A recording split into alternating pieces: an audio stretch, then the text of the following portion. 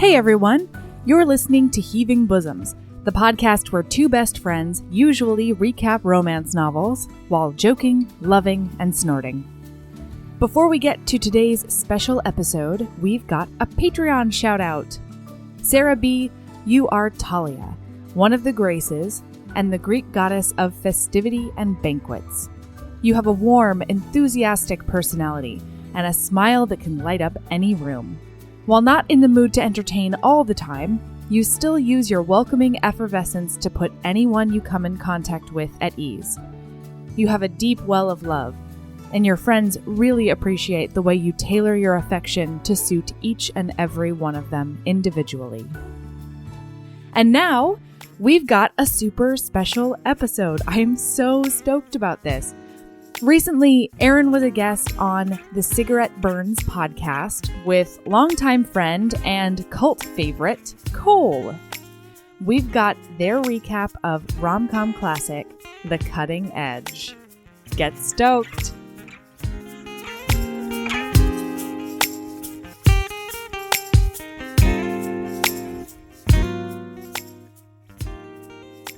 So the first thing I have to talk to you about is Jon Voight. Okay. Anaconda, hands down the best Jon Voight performance. No questions. It's not even like a discussion. And I know you guys kind of like glossed over like, oh, he was also in Anaconda. Like that man made a choice that when he was thrown up by a snake, he was going to wink at the camera on the way to falling down. They covered him in goop and he winked.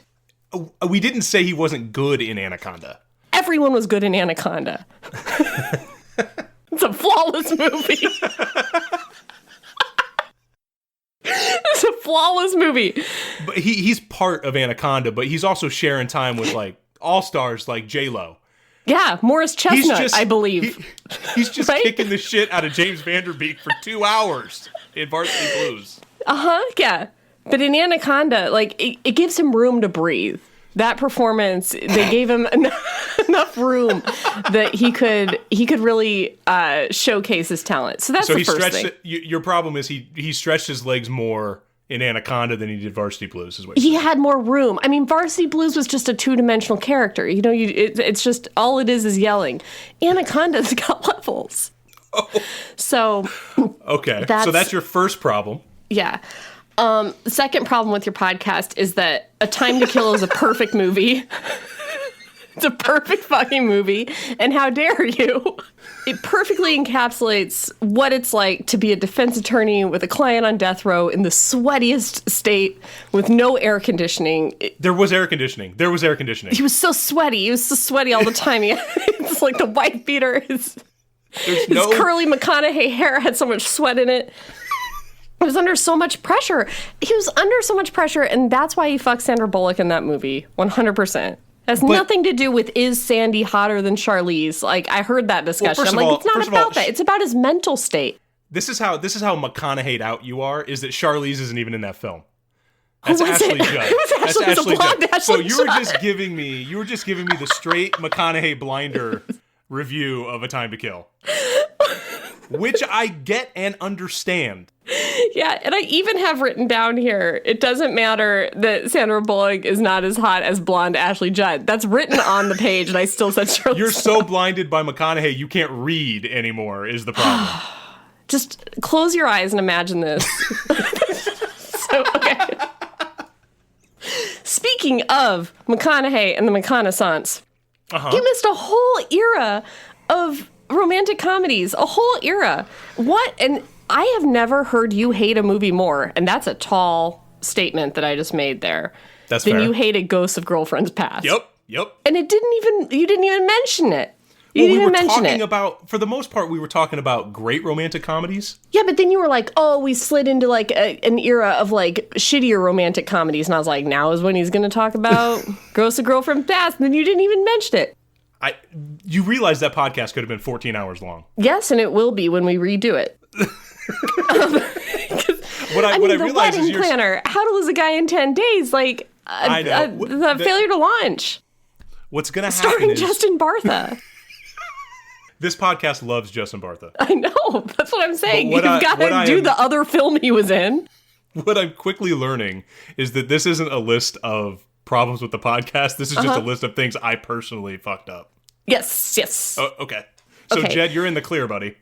And then the last one and this is what we call a segue in the biz. The last one I have on here is We Bought a Zoo is a better movie than Proof of Life.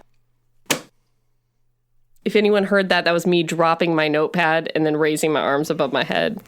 I don't even know how to have this conversation because you want me to say that a movie with chubby Matt Damon... He was a regular-sized Matt Damon. That's chubby Matt Damon.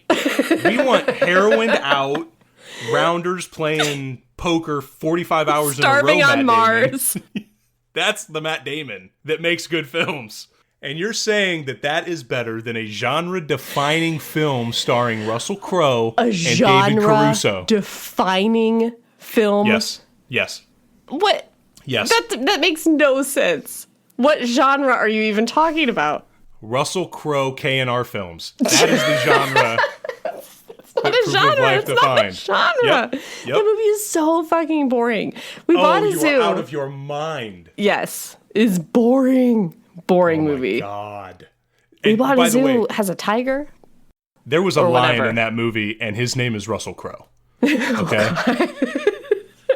Okay. And that's all you need to know. But speaking of great segues, you are shitting on Proof of Life, which was written by the man who wrote the movie we're going to talk about today, which is The Cutting Edge. Yes, and I would posit that this movie is his masterpiece, not Proof of Life. Before we get to any of that, yes. Hey guys, you may notice that the person I'm talking to today does not sound like Jed.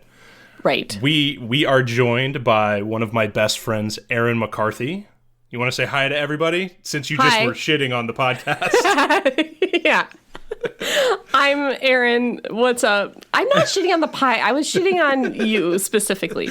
Right. And the things you've said on the podcast. That's acceptable. Yep, I get that. Yeah. Erin is the co-host of a internationally famous podcast called Heaving Bosoms, right? It is internationally famous, Heaving Bosoms podcast. We read romance novels and we recap them, much in the way that you guys watch movies and recap them. So very similar.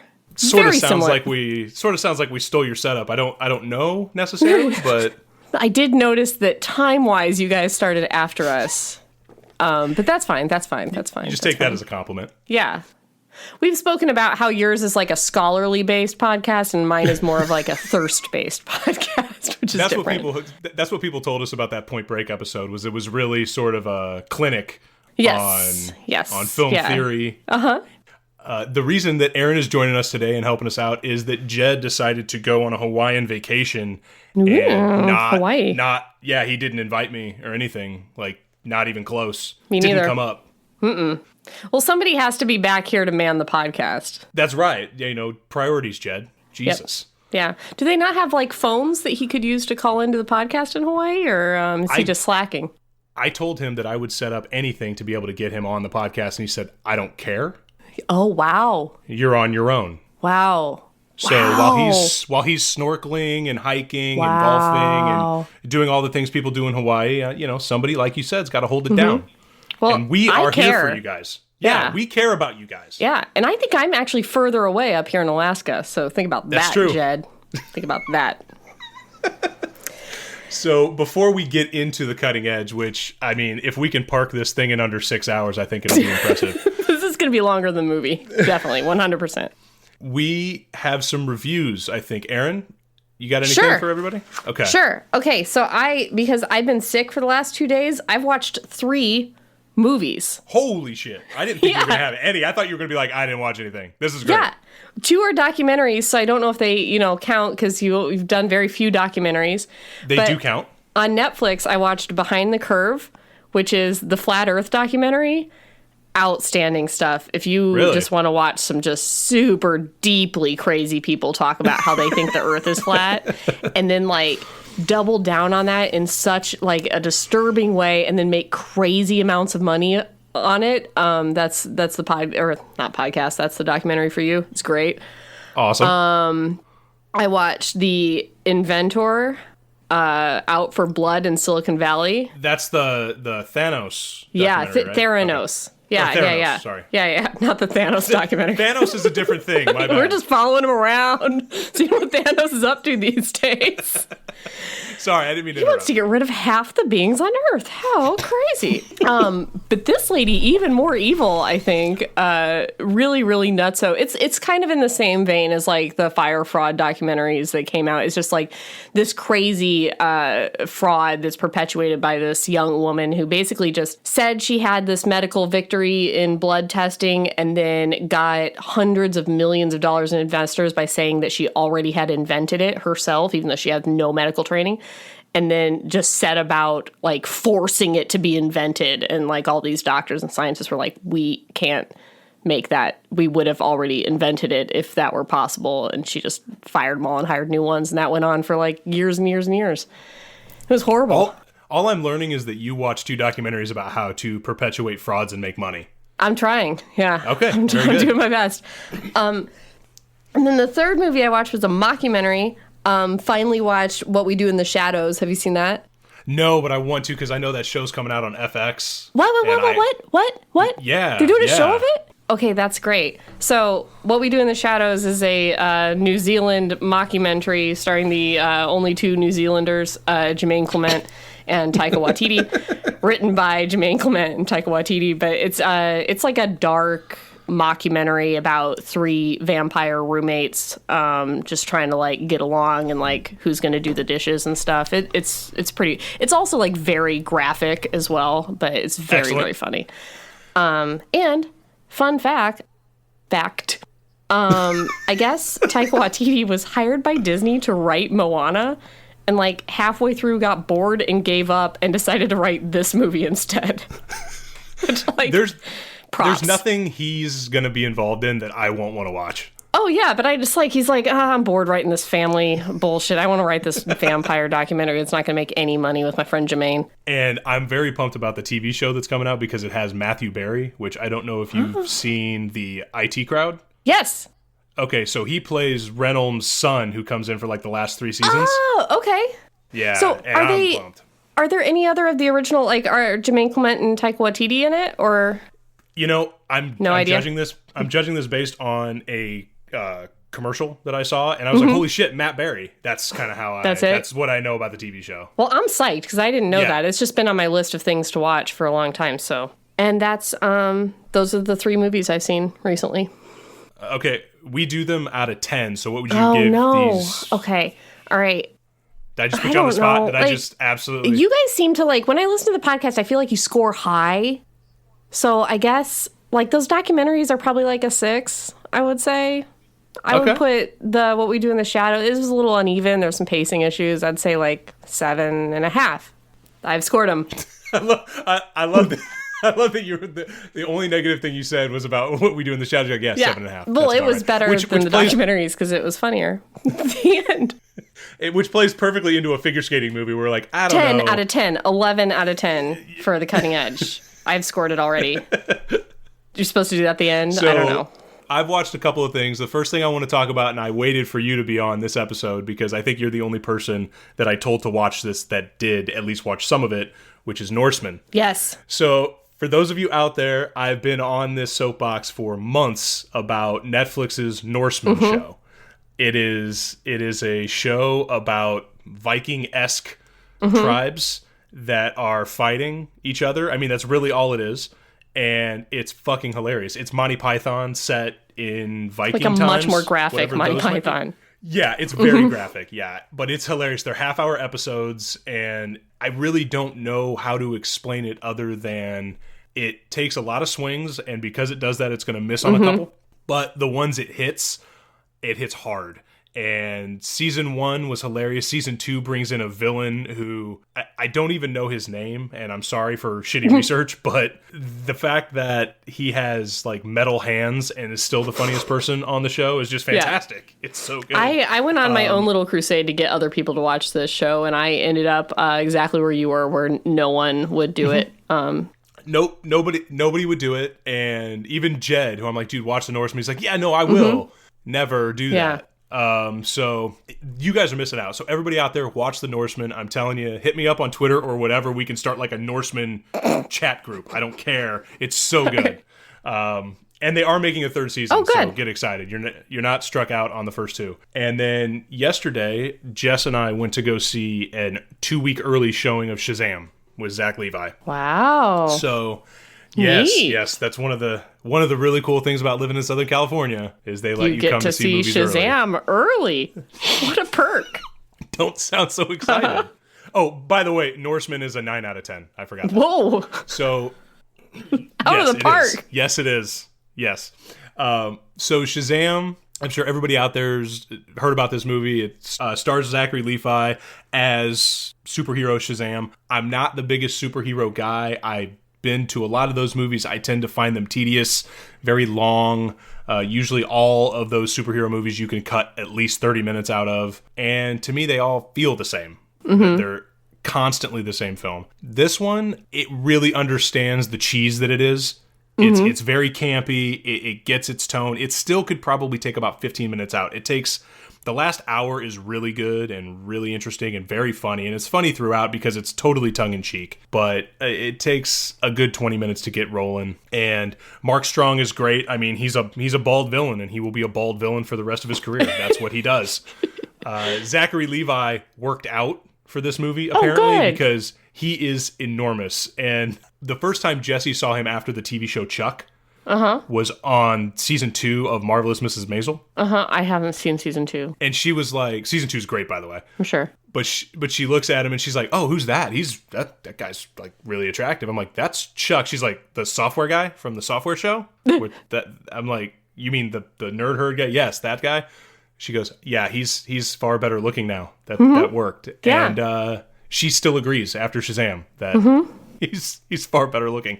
But it was a good movie. I would give it a 6.5 out of 10. I mean, obviously it's going to have a sequel. I'm sure it's going to make a shitload of money, but it needed to speed up the pace a little bit because it drug in a couple of spots. But I don't want to give you any spoilers because again, it doesn't come out for a couple of weeks, so I don't want to screw it for you guys.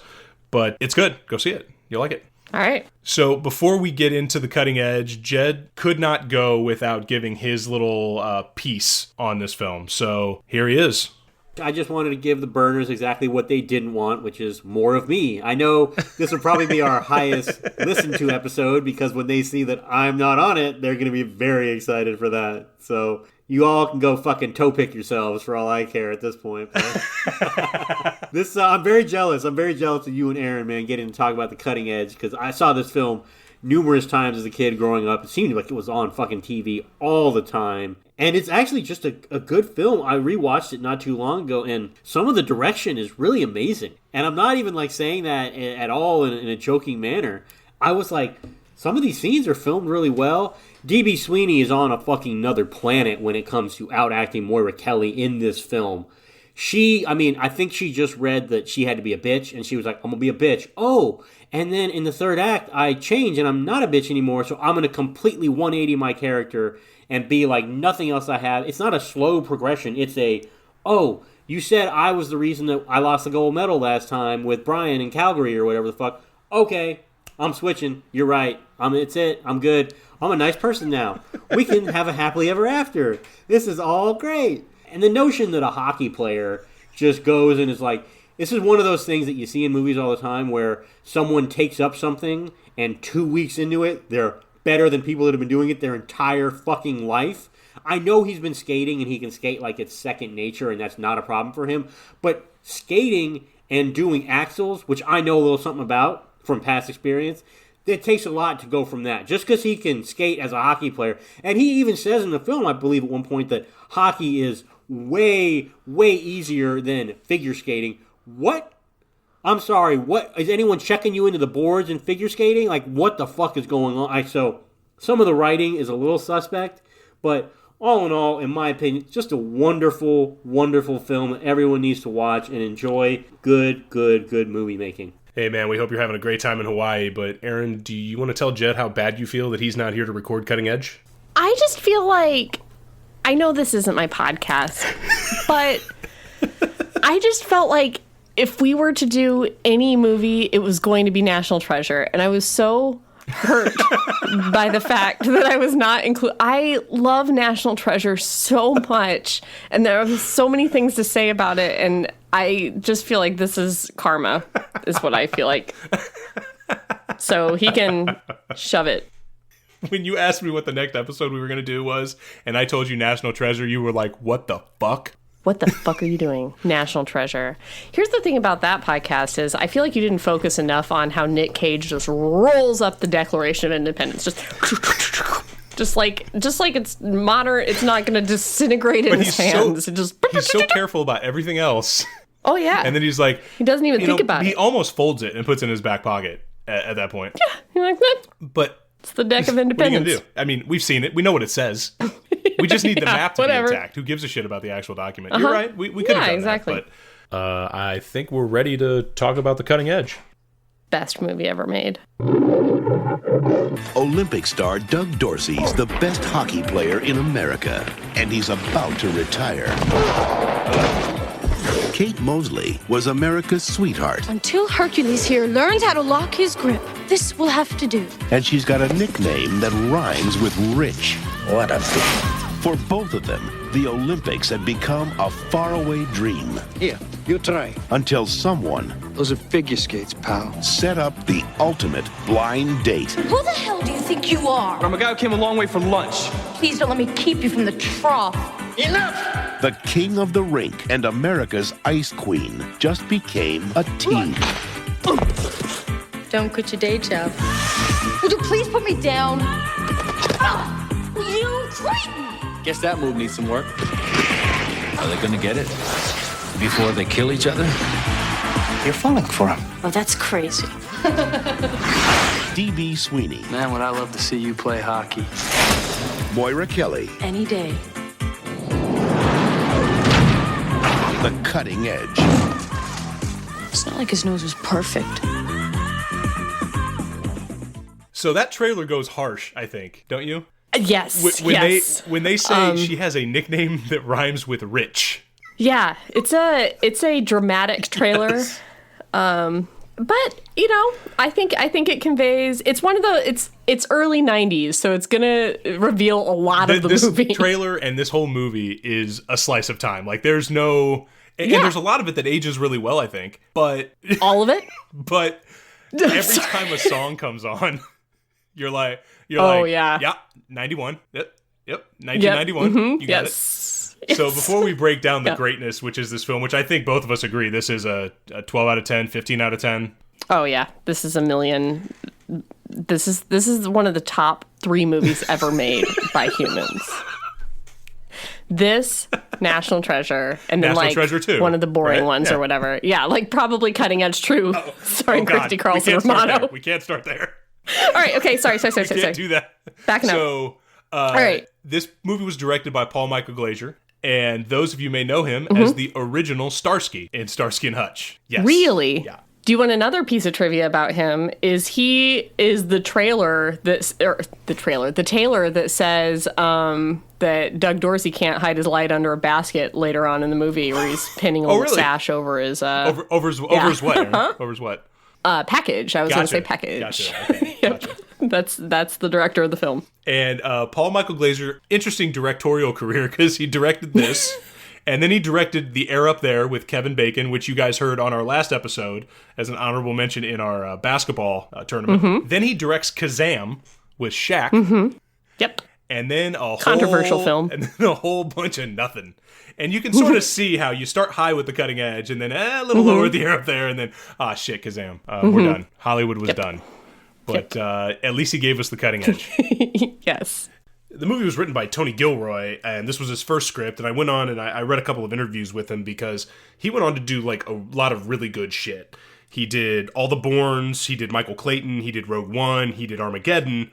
But most importantly... Seemed like he took a turn into a different genre after this. He defined the genre of Proof of Life. Oh, come on. That's not a genre. So, I mean, he's done a lot of really good stuff. Oscar nominated. And in his interview that I read, he was talking about how this movie came to him. And it was apparently a producer came to him and said, I want to do Taming of the Shrew in figure skating. Yes. And which is very clearly what this is. Works. I'm just blown away by a producer sitting at home and going, I need to come up with projects.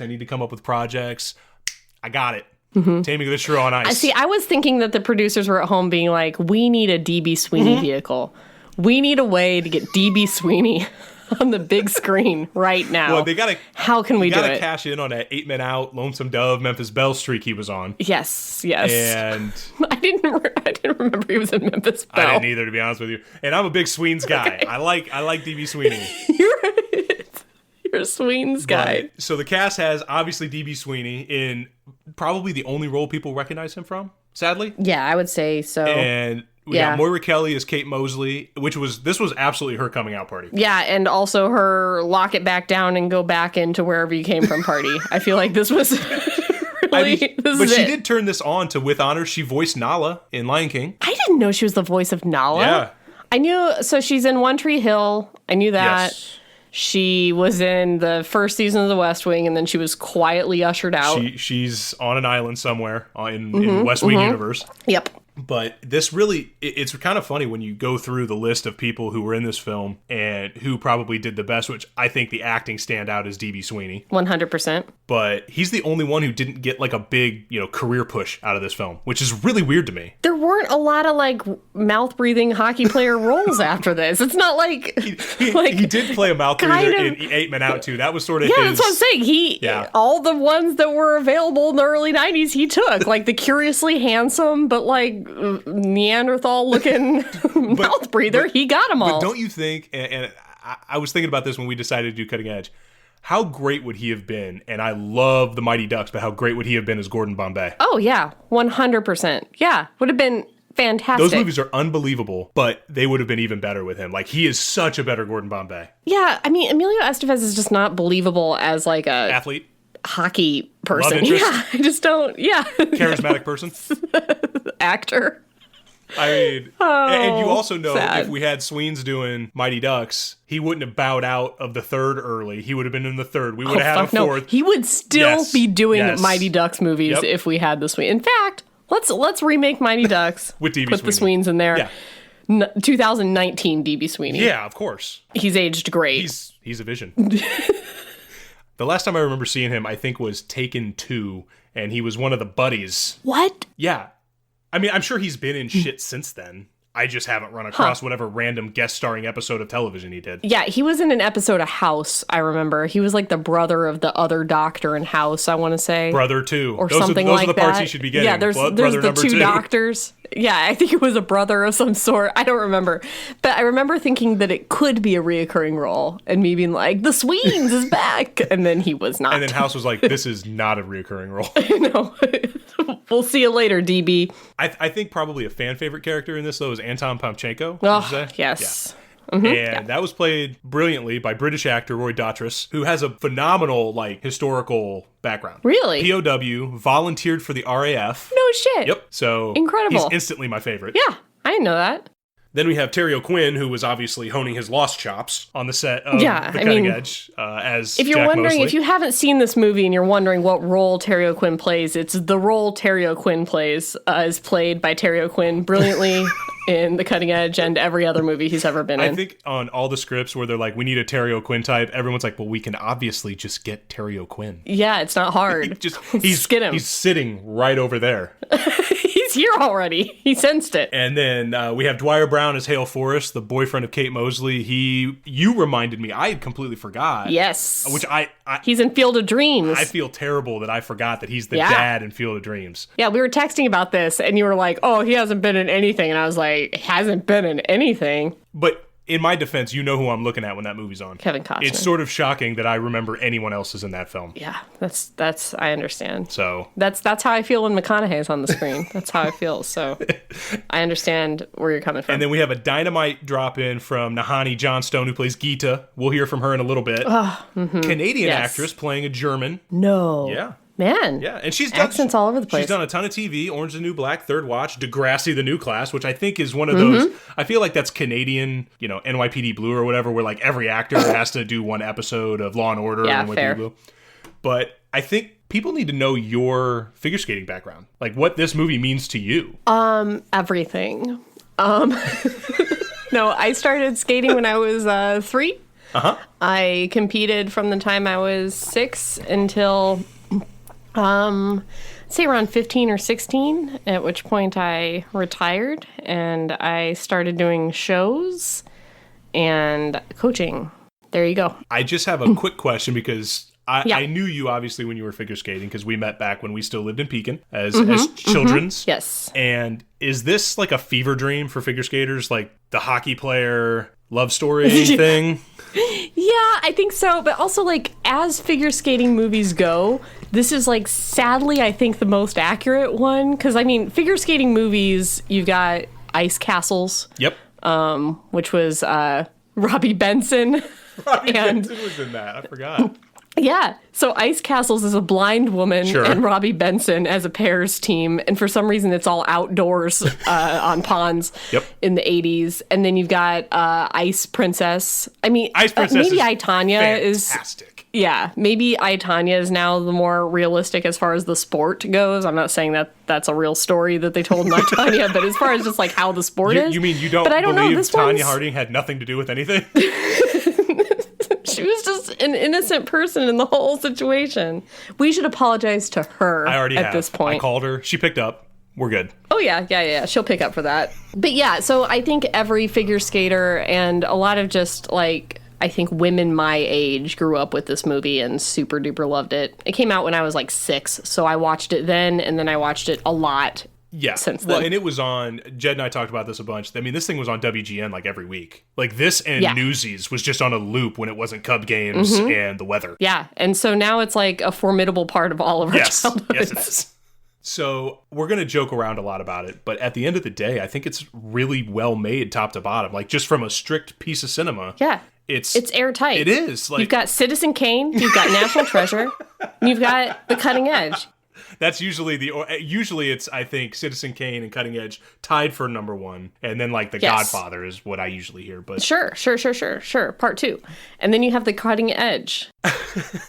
And one of the things that makes it maybe the 3rd greatest movie ever made is that within the first 2 minutes, you know everything you need to know about everybody who's in it. The first 2 minutes, great. It introduces you to who Kate is and what she's supposed to be like or what we're supposed to get out of her. What her dad's like, what the former coach is like, and we meet Doug in his room through this fantastic exchange. You say 9 alarm. Is mistake?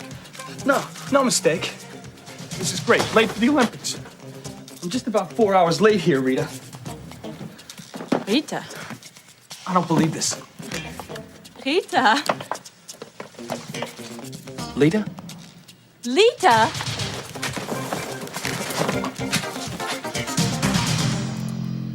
Anita. Ich Namen Gita. Gita!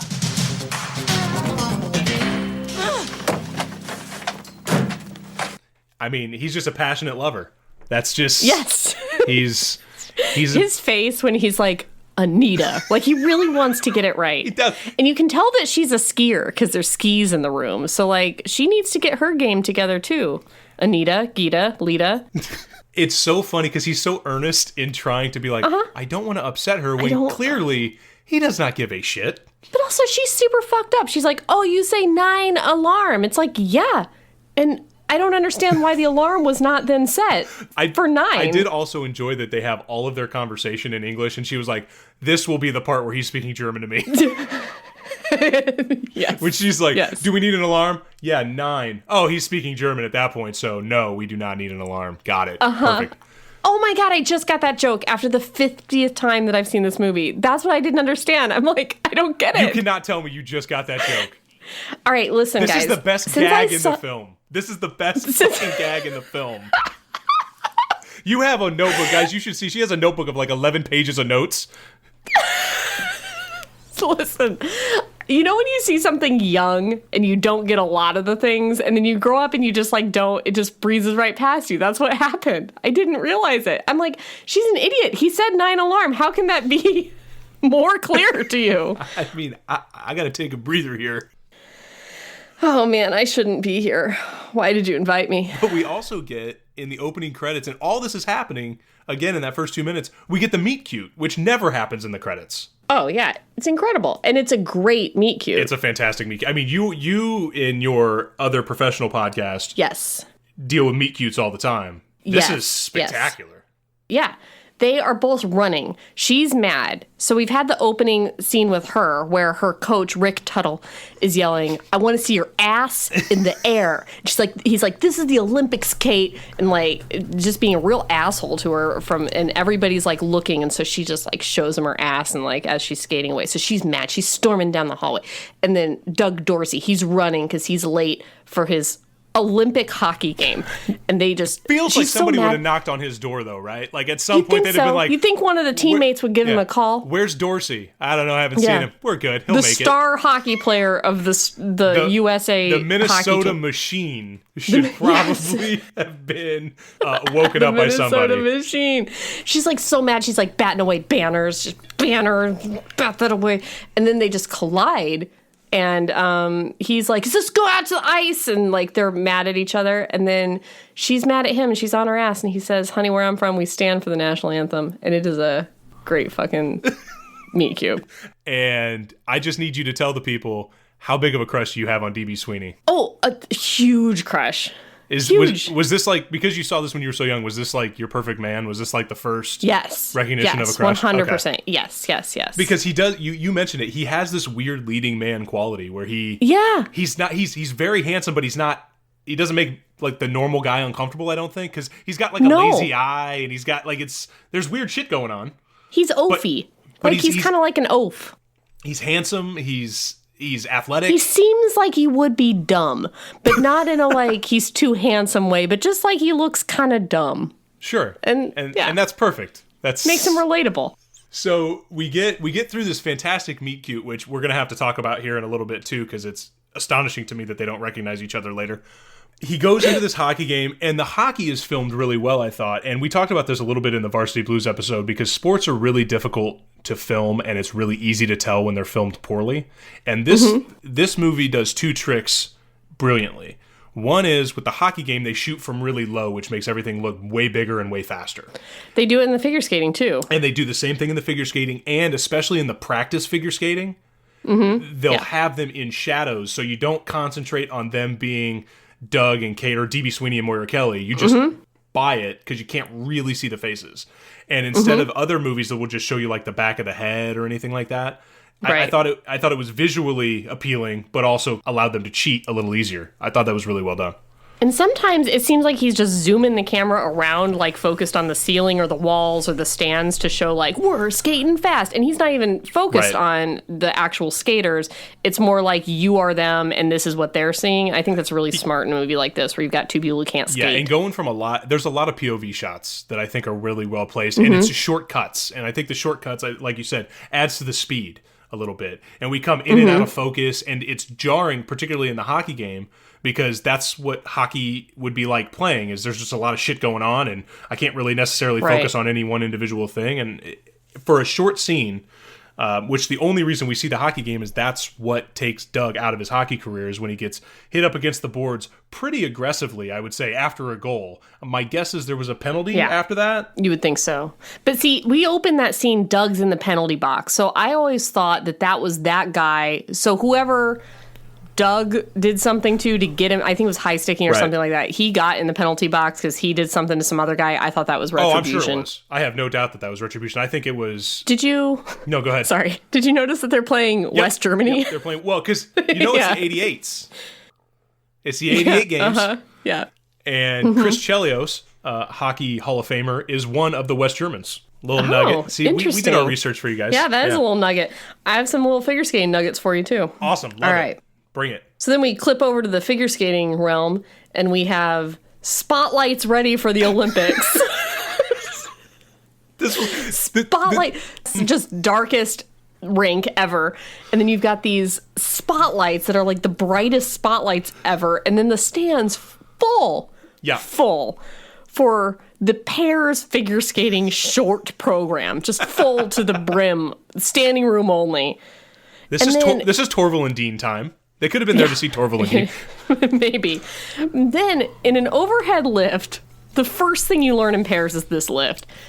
She, I guess, wants down faster than he wants to put her down, and then he just, like, drops her. Yep. And then they don't get up or anything. They just kind of stand there and admit their defeat. Yeah. Well, it's the weirdest thing I've ever seen. Because they kind of point her out as like somebody who can't get it done. Obviously, they always blame the partner. But have they ever checked to see if she just has night blindness? Because it is so dark while they're skating. That there's maybe a reason that we just, don't have spotlights they when we're competing. Yeah, they she just could not can't see. Which I think will also play into Doug's injury because we find out can't see. He's got no periph. Right. But I think the issue is that the mistakes people make in pair skating are so small. Usually the big mistake that you'll notice is somebody falls on a side-by-side jump. And of course, that wouldn't have worked out because it has to be something they're doing together to make the movie work. You don't see pair skaters mess up on lifts like this. The mess-ups are so minute in pair skating that the average eye is not going to be able to see them. So as a director, I think they probably had a pretty hard job trying to figure something out here. I think you're right. And it was always weird to me too, as a non-figure skater, that like it looked like she tried to like knife him in the back with the skate to get down, like step down his back, which I would have dropped her too. I'd have been like, yep, done with this. Nope. Don't need it. Done. But I will give Moira Kelly a lot of credit, and DB Sweeney. They did 3 months of ice skating training for this film. Yes. And apparently, according to the Sweens, she got incredibly good and was starting to land jumps and stuff and broke her ankle, like right before filming. And so it turns out she wasn't able to do a ton of her own skating in the film, even though she apparently got really good. Did you catch how long Doug and Kate prepared for the Pamchenko Twist at the end of the movie? Well, they say 5 weeks. 5 weeks. Yeah. So shorter amount of time than DB Sweeney and Moira Kelly took to learn figure skating for the movie. Ridiculous. We are going to have to really break down the Pamchenko. I can't wait. That's at least going to be, it's probably going to be the third hour or so of this. Yep.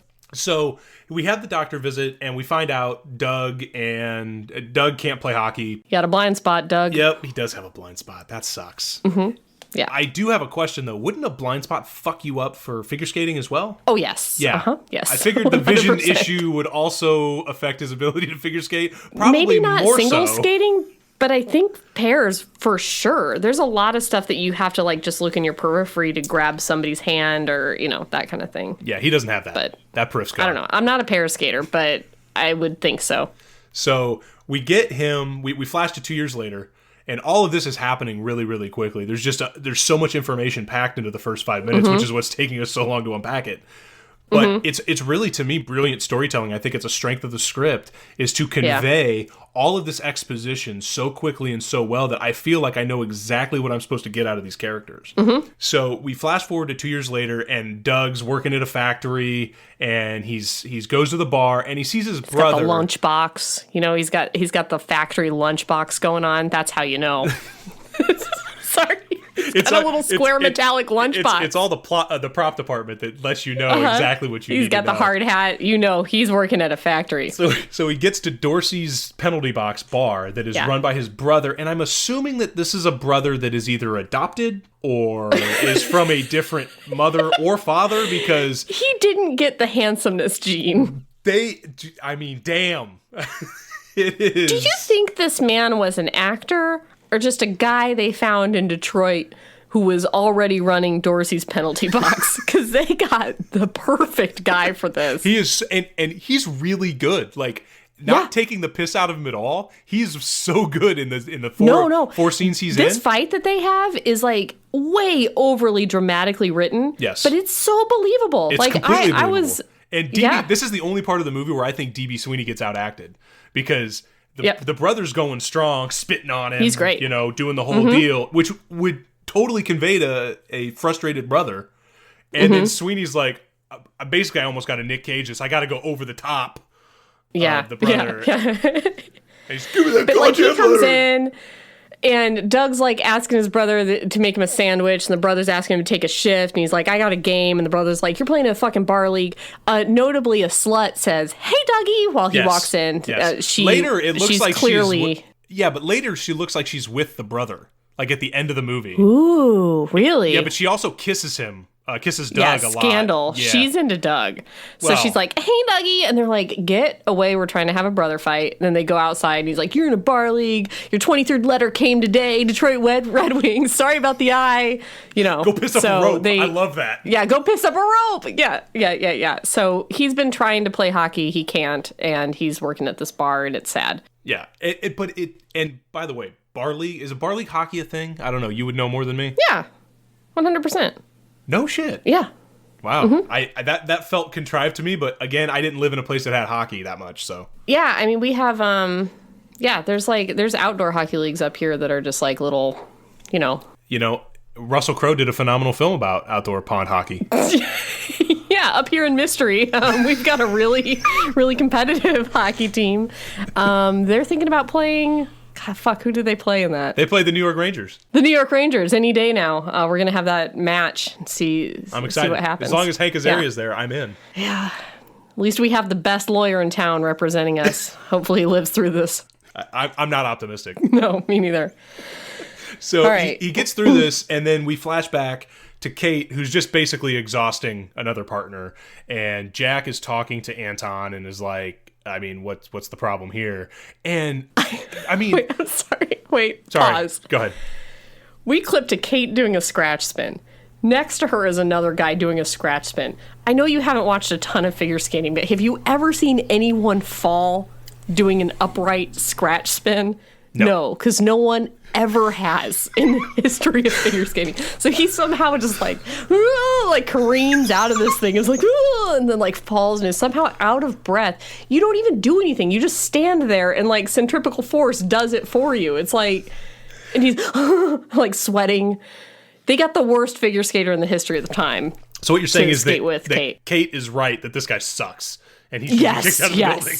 Because one of the things on the rewatch, and I've seen this movie 50, 60 times, I started feeling bad for Kate. Like, it's always been in my mind that, like, Kate, God, she's so bitchy all the time. Like, why did they write her like this? Why did it get played like this? And then you watch it and you go, because all the people around her suck? Yeah, because no one does right by Kate. No. And apparently there are no male figure skaters, like, in the world. Like, Brian couldn't do a fucking star lift. This guy can't do a scratch spin. Like, they're like, oh, we're at the bottom of the barrel, Kate. And it's like, what barrel were you using? Like, there's got to be guys that can do scratch spins out there. Yeah, it is unbelievable. And then when Anton is talking to the dad, and the dad's like, where are we at? And he's like, we're at the bottom of the barrel. And, you know, everyone says she's a phenomenal skater, but always the big B. And I'm like, would you say that to her dad?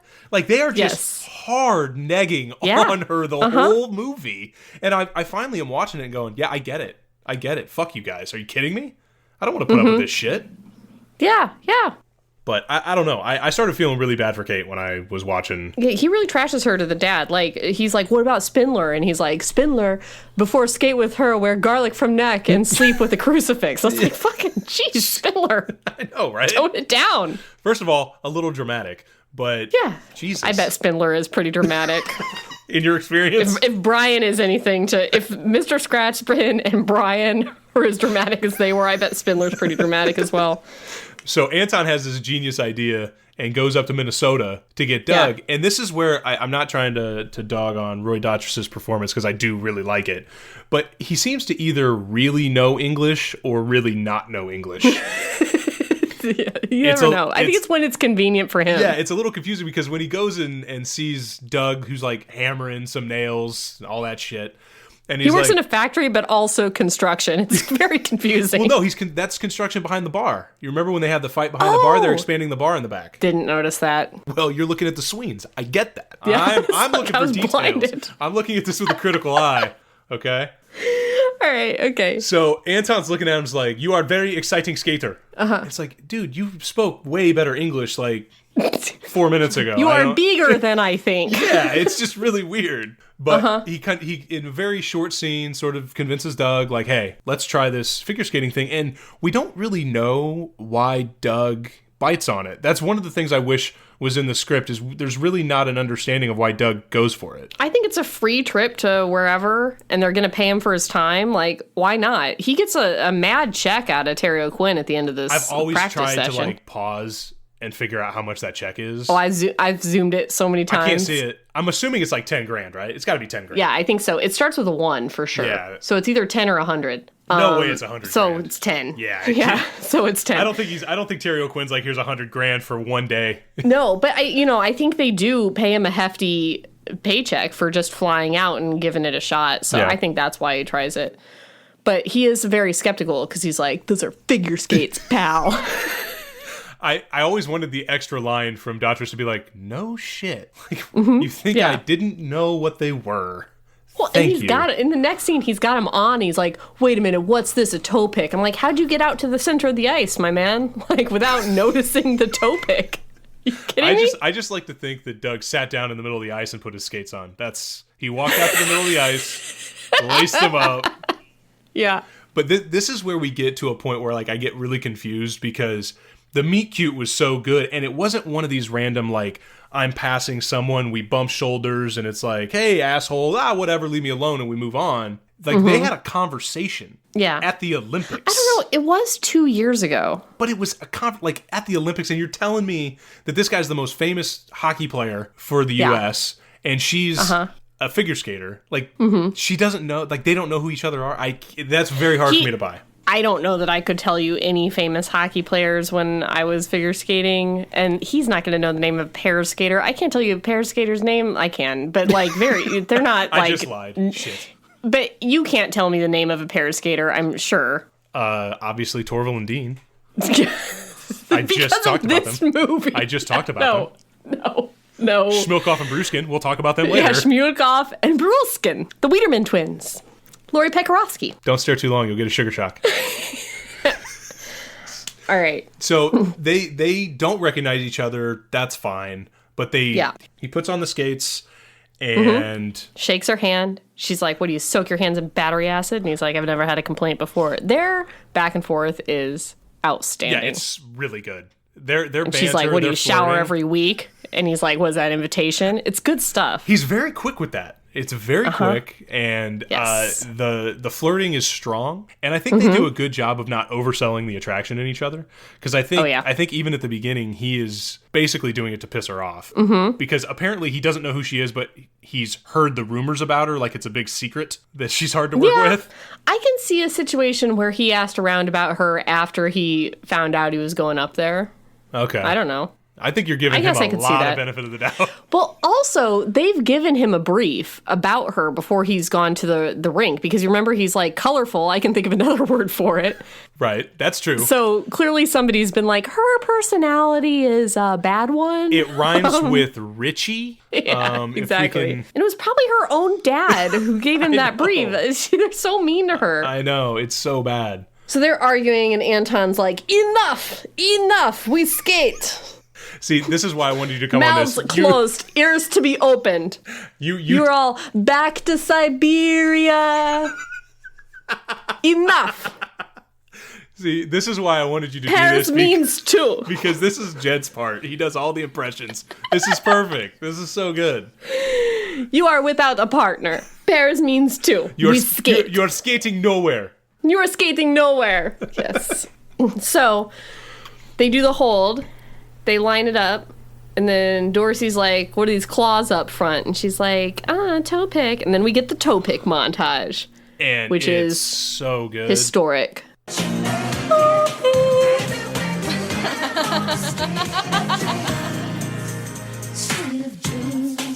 Yeah. I could listen to her say that all day long. Yes. And the maniacal laugh at the end of that montage. Yeah. Outstanding work. Although it does seem weird to me. I guess I'll give him the benefit of the doubt because he's the moves in figure skating and the moves on hockey skates are totally different, obviously. So I can't skate in hockey skates. Yeah, I could see him I can't even move. I could see him falling a lot. So they're kind of getting to know each other. They're doing a lot of this practice, and this montage of the toe pick is really indicative of Starsky's directorial style because there are a lot of montages in this film, and they're great. Oh yeah, they're good. Yeah, and they're necessary. Yeah, like I don't need to see months and months of training for And that's essentially skating, all they do is train, which is how you got to get through the time block between meeting and competition. Yeah, because we've got 2 years here. Yeah. They're training between 88 and 90, I want to say. Right. Which we have, like, there's a age question I got for you. Yeah. She's yelling at him at the 88 Olympics about, or he says this isn't junior pairs 82. So let's say she's 16 and 82. Would that be fair, 15, 16? I think it could be younger than that. Okay, because basically what I'm thinking is come 92, she's probably 24 at the oldest. Yes, I agree. But I think D.B. Sweeney at the 88 games is a junior in college. They say he's a junior out of Minnesota State. Yeah. So he's 21. 21, yeah. So he's probably 25-ish by the time the games are? Okay. Yeah. And, yeah. Because he looks significantly older than her. Yes. Because he is, in real life, very much older than her.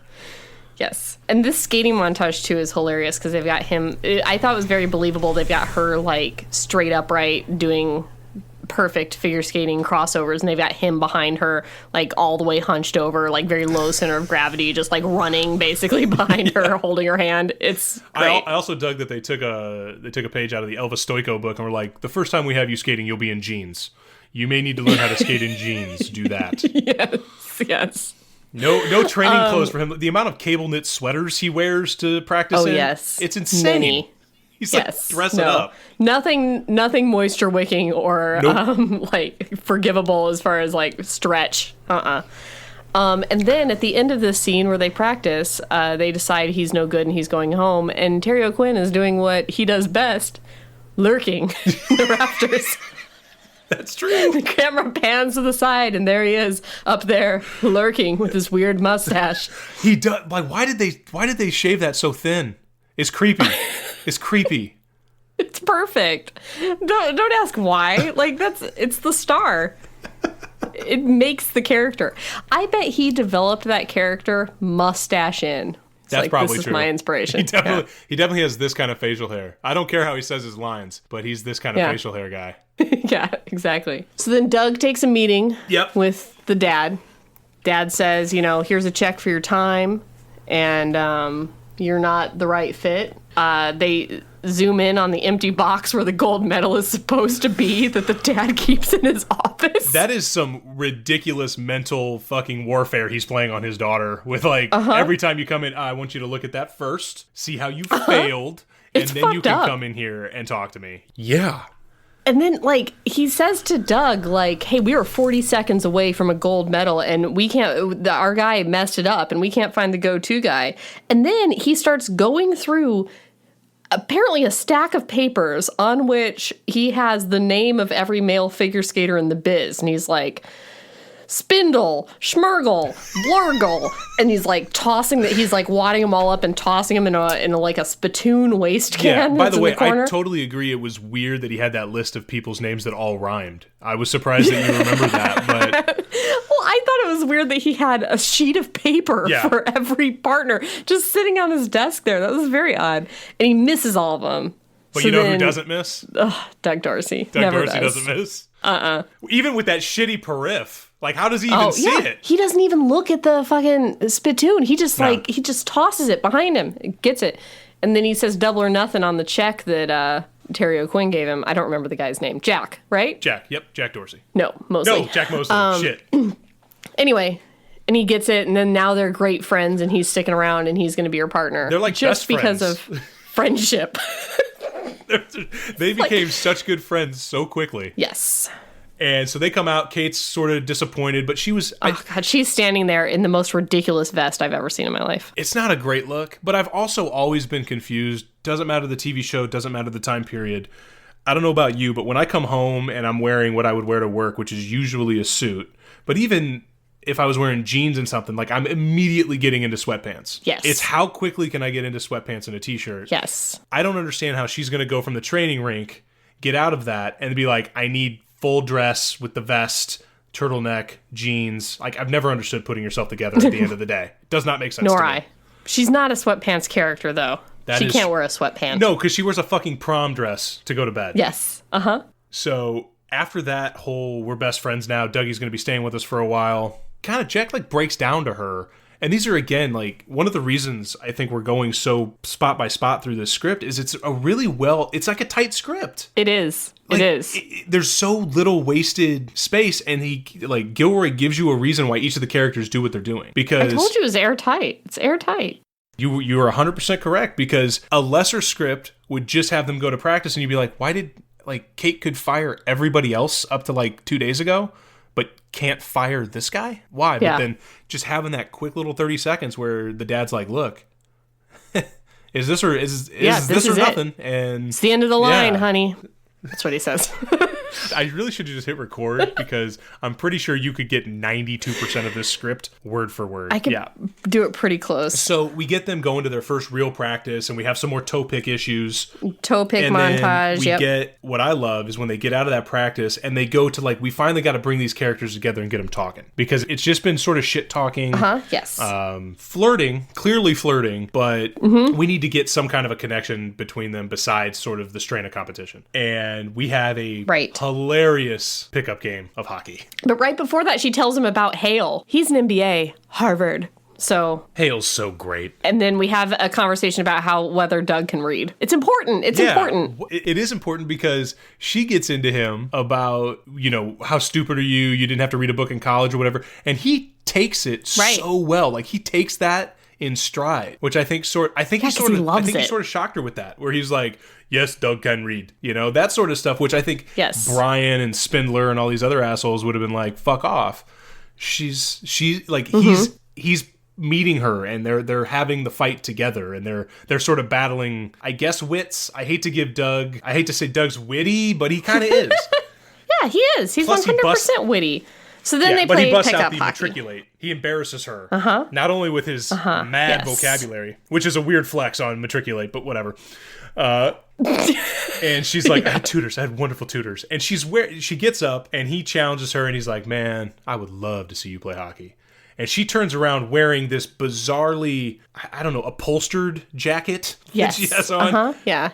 1991. And she's like, anytime. And the music is spectacular. The game is basically filmed as a montage. And Doug is wearing his Bobby Hole jersey. And he clearly has skills. Because he can move the puck, apparently, back and forth. And that's all you need to know. And she is just chopping with the hockey stick. Like just above her head, then down to the ice. Like cleaving the ice with the hockey stick. So she's going like a maniac and getting very frustrated, which is her character trait. Right. She can't do it perfectly, and now she's freaked out by this. And she decides after he's up like 58-0. And again, we don't have an actual net. I think that's important for how asinine it is that she takes a slap shot. Yes. At his face. Yeah, and it knocks him in the face, and he, they go to the hospital. It's all good. And somehow Anton, in his magical, mystical ways, is like, you got a partner now. Yeah. You haven't physically assaulted any of these other guys. Now I know you're in it to win it. I'm very excited about this. Yes. And another really good gag, and another thing where, like, Doug takes it tongue-in-cheek, right? Like, he's so... Oh, yeah. He's like, yeah, fuck it, whatever. I just got hit in the face with a puck. I got, like, 9 stitches down my nose. It's all good. It's on his eyebrow, though. Did you notice that? He comes out with it wrapped all around. He's got gauze all around his head, and he's like, ugh. And she freaks out, and she's like, I thought you said it was just his nose. And then he rips it off and says, toe pick, ha, ha, ha. But the stitches are on his eyebrow. Yeah, it, goes down into his eye socket. Like, it's not his nose. Like, nobody would have told you it was his nose. There's 0 things on his nose. Who told you that, Kate? I also thought it was funny. The scene starts with them rolling someone in on a stretcher, and she's like staring at it like, oh my God, Doug. It's very clearly not Doug. This person is not Doug. That's not Doug. No. All right, then we get another training montage. Obviously. But this is like the serious training montage. Like the other ones were, look how shitty he is, look how great she is. Yeah. And this one is, we are in it. Now we're working out. Now we're sweating. Yes. All kinds of shit. We're lifting weights. We're running outside. Yep. They're getting good. There's a moment where her alarm goes off and she's like late. Yep. She's wearing a princess lingerie. That's why she's late. Like, if you didn't have to take an hour to get laced out of your nightgown, you may have been there on time. I think that she woke up, brushed her hair, put on makeup, put on the laciest, sexiest nightgown, and then just like fell back asleep or something. I don't know what happened. So she goes running into the ice. He's there. He pulls a full axle. Yeah. Which, good job, Doug. I don't know how long you've been practicing. He's learning quick. Yeah. The same thing happens. He still looks clunky. He lands it with a lot of weight. And then the same thing happens with him. He oversleeps and he gets to the ice and she's doing a flying camel. It seemed weird that wasn't reversed. You would think that he would oversleep first. But, whatever. Right. Interesting choice. We get you want me to put my hands where for the lift. Yeah. Yep. And those are the ways that they break up the montage, I think, to make it not look like a clip show movie. Is we do get these scenes that are interspersed, very short scenes where there will be like 6 words.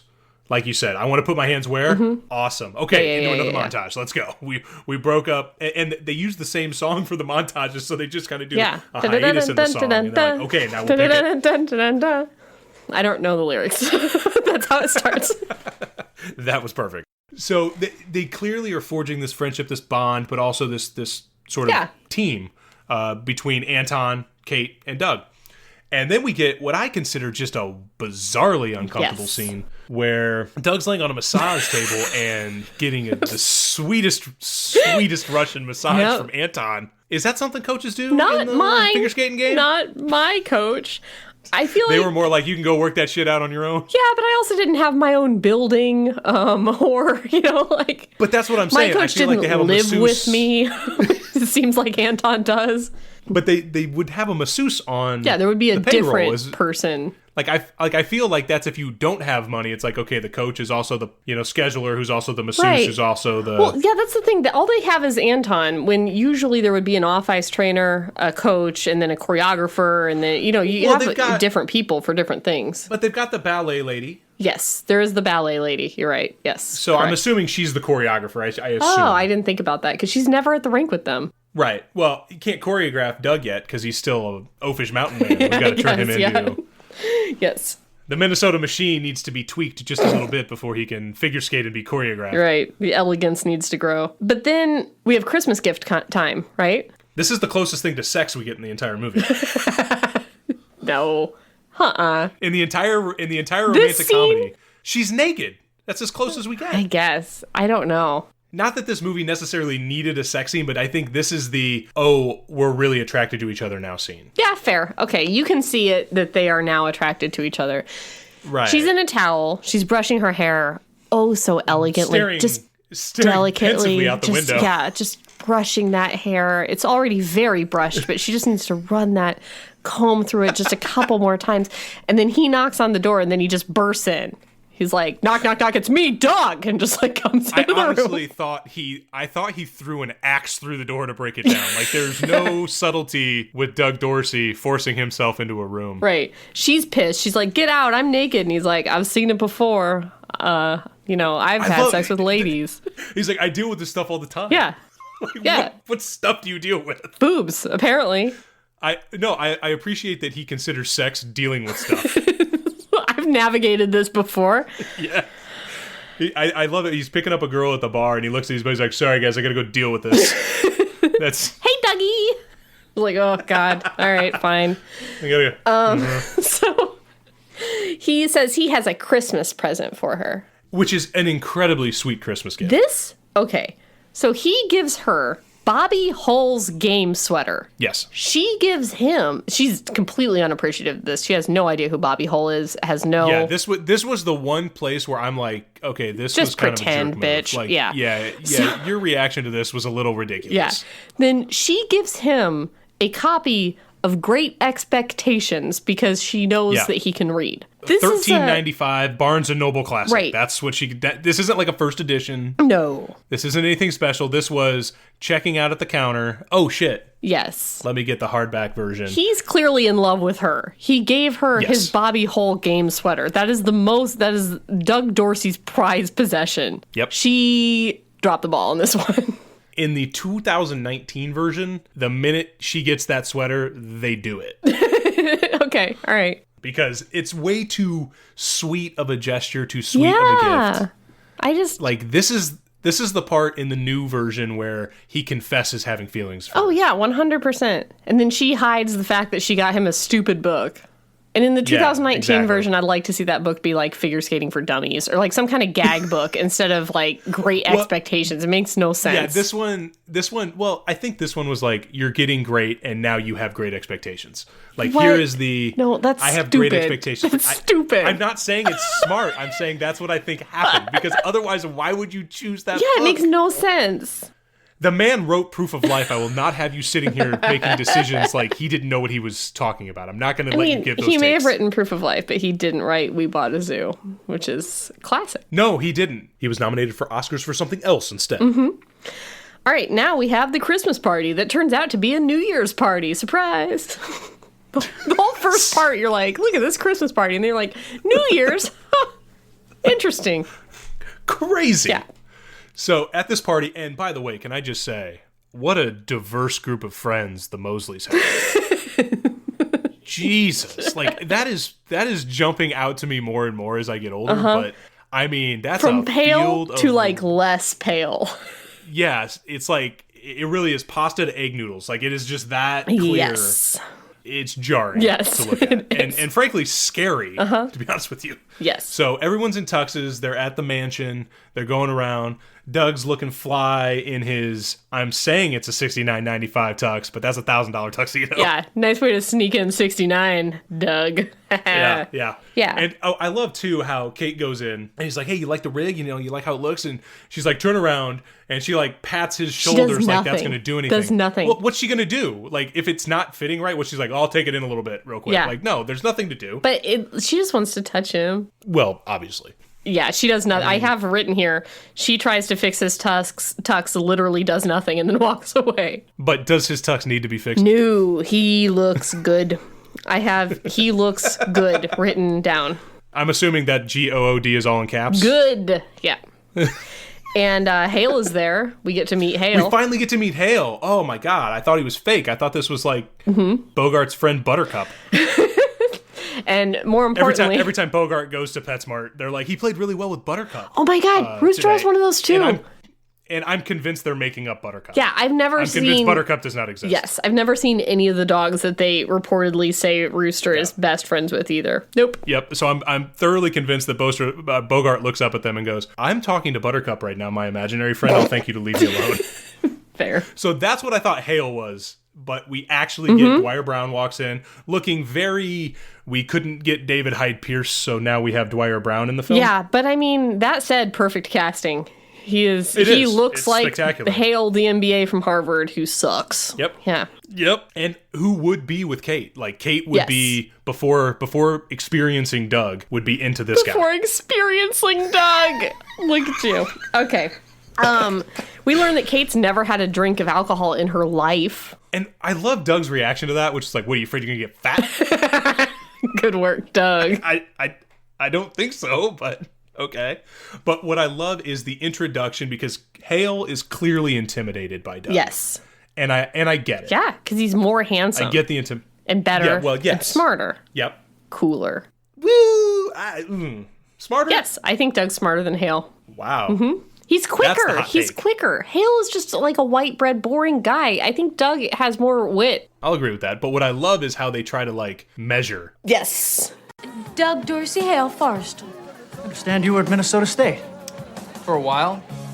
I used to play a little hockey myself. For fun. Well, let me know. We'll slap it around sometime.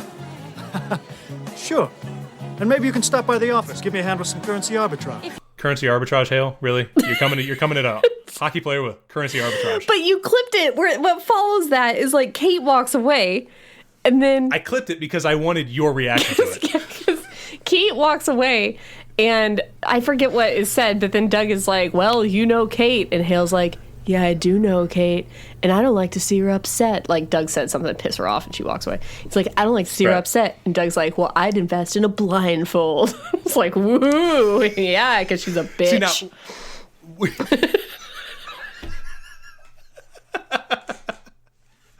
perfect. Just perfect. I just, and that's another part where, like, they're just negging on her so bad. Behind her back, to her face. I get why she's pissed all the time. Yeah. And then, surprise, it's a New Year's party, turns out. We have hundreds of sparklers indoors. It's a safety hazard. Yes. Yes. But this is makes for a great ambiance. The scenery is fantastic. Yes. Kate, this is probably one of the hottest almost kisses you'll ever see. Yes. Kate Mosley loves New Year's in a way that she doesn't love anything else in her entire life. She is so like fucking excited that it is New Year's. They do the countdown. She's making out with everybody in the room. This is like the first time you see this character smile. She's laughing with everyone. She's making out with Anton. She's like, who else can I tell about this new thing? New Year's. And then she turns. Don't you think, though, it's because she's like, maybe this is the year I can quit figure skating and leave all these people behind me? Maybe, and it turns out it is. Maybe it's this year. She turns, ha ha ha ha ha, and then it's Doug Dorsey. They don't know what to do. They've got a sparkler between them. It's a metaphor. And then they don't kiss. She smooches him on the cheek. Okay. What's up? One quick thing, because I've always had these problems with romantic comedies, which is these sort of weird, so we say, arenas in which a sexual or even just kissing experience will happen. I mean, that sparkler is going to be burning the shit out of your face. When you're holding it next to your cheek and fire is going into your face. That's not sexy to me. They don't even notice it. They don't even notice it because of the love. Face is melting off, but she's so hot. Yes. And they almost kiss, and they lean in, but then like, detour, take a left, cheek kiss. Yeah. That's it. Because I think they understand that if we kiss at this moment, we will probably end up having sex in front of like 240 of my dad's closest friends. Right here on the floor, in front of Hale. Well, will Hale really even notice? Maybe not. Hale is still thinking about currency arbitrage. Yeah, MBA at Harvard. Not smart, though. Not smart. So now we finally get really what I wish this movie, if I had to say something that I wanted more in this film, it would be more of Doug's family. Yes. Doug goes home. Yeah, so Doug finally goes home, and this is where he's got to, like, tell everybody that he's been doing this figure skating, and Kate is, like, shocked that he hasn't told him, and he's like, no, I'm going to tell him. I'm dying to tell him, Kate, She actually gives him a video of, like, this is our greatest hits. That should have been the Christmas gift, by the way. Oh, yeah, 100%. Good thought. So he goes home, and he really doesn't want to walk in. And when he walks in, it's like a hero coming home. Yes. It's like Mayor Doug is back from wherever the fuck he has been, which we find out. He told them it was the Merchant Marines. What is the Merchant Marine? I don't know. I've never heard of the Merchant Marine. I don't know what it is. I've actually Googled it 2 or 3 times, and I've read it. And at the time, I was like, oh, that's the Merchant Marine. And then 5 minutes later, I forget what the Merchant Marine is. I'm in the military. I'm an active duty military member. I have no fucking clue what the Merchant Marines is, and I'm never going to know. And the brother, Squiggy, which I imagine is what people call him, is like, Captain Doug, Ensign Doug, Lieutenant Doug. I'm like, okay, in the Merchant Marine, do you have... I don't know. I cannot answer these questions for you because I do not know. It blows my mind. I'm like, of all the things, couldn't he have just been like, I went away? Maybe. All right, I need to do a play-by-play breakdown of this scene. He comes in. Dougie! Everybody's like giving him noogies, Merchant Marines, Lieutenant Captain, all the things you just said. Doug's being like quiet. So there's like awkward pauses. In the awkward pauses, we hear an old man say, do you still have your sea legs? Which is a weird one. And then Doug says, the brother gets it out of him. He's like, I've been doing a little figure skating. And the brother doesn't react. And then the same sea legs man says, I was hoping you'd talk about this. What are you doing? Finger painting? Finger painting? That is a perfect delivery of that line. That's exactly how he says it. Yep. And then the brother, then it's just complete silence in the bar. They hate figure skating. Figure skating is the enemy of this small town. Figure skaters murdered all of their parents. How dare he figure skate? And it clips to the slut from before. Yep. Clips to her. Who just made out with him when he walked in. Oh, yeah. Made out with him hard. Hey, Dougie. Some other girl pushed him away, made out with him. Oh, yeah. Doug's doing just fine. She is shocked. She has so many regrets about everything that's happened between her and Doug for her entire life. Then it clips to Bubbles from Trailer Park Boys. He is astonished that Doug has dabbled in figure skating. They are filled with rage to an extent that I don't think is reasonable. The brother, ashamed, ushers Doug out the back of the bar. We will talk about this in the back of the bar. They are yelling at each other in the back of the bar, just like they did in the beginning of the movie. And Doug's like, we could go all the way. And he's like, all the way to where? Fuck you, Doug. I don't understand. What? Does the brother not get that Doug was a world-class athlete? I don't know. I think he's a little jealous. I went to the Olympics once. Yeah. I probably could try and make it back. Oh, yeah. And the brother's like, the music, the costumes. And Doug's like, it's going to be different this time. And he's like, no, they're going to make a figure skater out of you, sort of thing. They're going to make you figure skate like a figure skater, figure skater. What is the problem? problem. So he's ashamed. He goes with his tail between his legs back to wherever it is. I did want to question transportation, though. Yeah. Because they said he was going home for the weekend. Yes. Which is Minnesota. Yeah. Which, in my understanding, is not close to New York. Listen, I went home to Illinois for the weekend last weekend, so don't even. Yeah, but how'd you get there? A plane. Did he not take a plane? Exactly. When he gets to the bar, the Greyhound bus, like, leaves in front of him and he's standing there with a bag. I forgot about that. You're totally right. And so that's my problem. Not about going home for the weekend. I've gone to Pekin for the weekend, but... Then we clip to costuming. Yes. And he's standing there. This is when we're finally getting ready for competition. I feel like it's been a lot of foreplay, but now we're getting ready for competition. Yeah, so he just got done telling his brother it's going to be different, and now he's like covered in all these sequins. They're pinning a velvet sash on him and saying he doesn't want to hide his light under a basket, and so they're not putting it over his package so that his penis can show. It's just a genius yeah, writing. It's good stuff. Then they have the fight over the music and like whether that's going to be cool or not cool. They're fighting Hale's delicate ears. And Hale has a 6:30 appointment. Yes. Then Rick Tuttle, the old coach that was mean to her, comes back and is like, God, you're a joke, Kate. You're skating with this hockey player. Right? And she's like, he's the best skater I've ever skated with. He's going to make you cry. He's so good. And then Rick Tuttle's like, all right, I'll just fuck off then. And Rick Tuttle is insane. Oh, yeah, he's an insane person. Why is he even in her building? He's trespassing. He's like sneaks And he's in a full suit, Yeah. which is nuts. Yeah. And he's like, you gotta, I hate it when people stay past. She's 24. Yeah. I get that that's older, or should It I is say older. middle age, probably. It is older. But it's not like she's 39. No. I mean, yeah, it's older, but it's you could still be skating. And what's weird? And they already know that we're going to have another Winter Olympics in 2 years anyway. They've already made that announcement. Rick Tuttle, who's apparently a figure skating coach, says to Kate Mosley, "Nationals, Kate, after all this time," as if Nationals is not a qualifier for all the people to get to the Olympics. As if it's like, oh, you're stooping to going to Nationals. It's like, well, everybody's got to go to Nationals. That's how you qualify. Did you not know this, Rick? Rick, I'm starting to figure out why I didn't win with you. Yeah, exactly. You don't know anything about figure skating. You're a curling coach. That was the problem. God damn it. But even if curling, I think you still have to go to Nationals first. You probably have to qualify. I don't think you just get to like sign your name on a sheet at the door of the Olympics and be like, curling, yes, I would like to do that. 8. I have my I will own be broom. skating It's today. fine. All right. Nationals.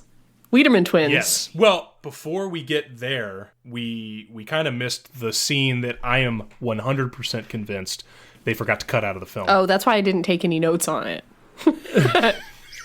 Because there's after the costume and music selection, and they're starting to fight about what should our program look like. Mm-hmm. And they're having all these creative differences.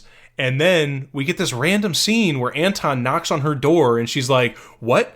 You let him go for the weekend? I skate for you sick. I skate for you injured. I skate for you 7 days a week so you can turn Dr. Frankenstein into whatever. Mm-hmm. And you let him go whoring for the weekend in New York." And that's all we get out of that scene. Well, then Anton clarifies that he went to Boston. Yeah, Anton corrects her. Mm-hmm. Not that he's not whoring, but that he's in Boston. Yes, I do not know the function of this scene. There's no tie-in. She doesn't even have a backhanded comment about like maybe before Nationals you don't go whoring, whatever. I don't know. I have no clue why that scene wasn't there. I want to see the extra footage because clearly that scene used to tie into something. Right. So, Tony, I know you're listening. Nope. If you wouldn't mind supplying us with the full original script, I'd appreciate it. That's cigaretteburnspodcast@yahoo.com. So, okay, we get to Nationals. We're on the Nationals practice rink. The Wiedemann twins. Don't get too close. You'll go into sugar shock. Then there's Brian, the ex-husband. He's not really the ex-husband, but... She's in such a good mood. Yeah, she's ready for Nationals. She's ready to prove Rick Tuttle wrong.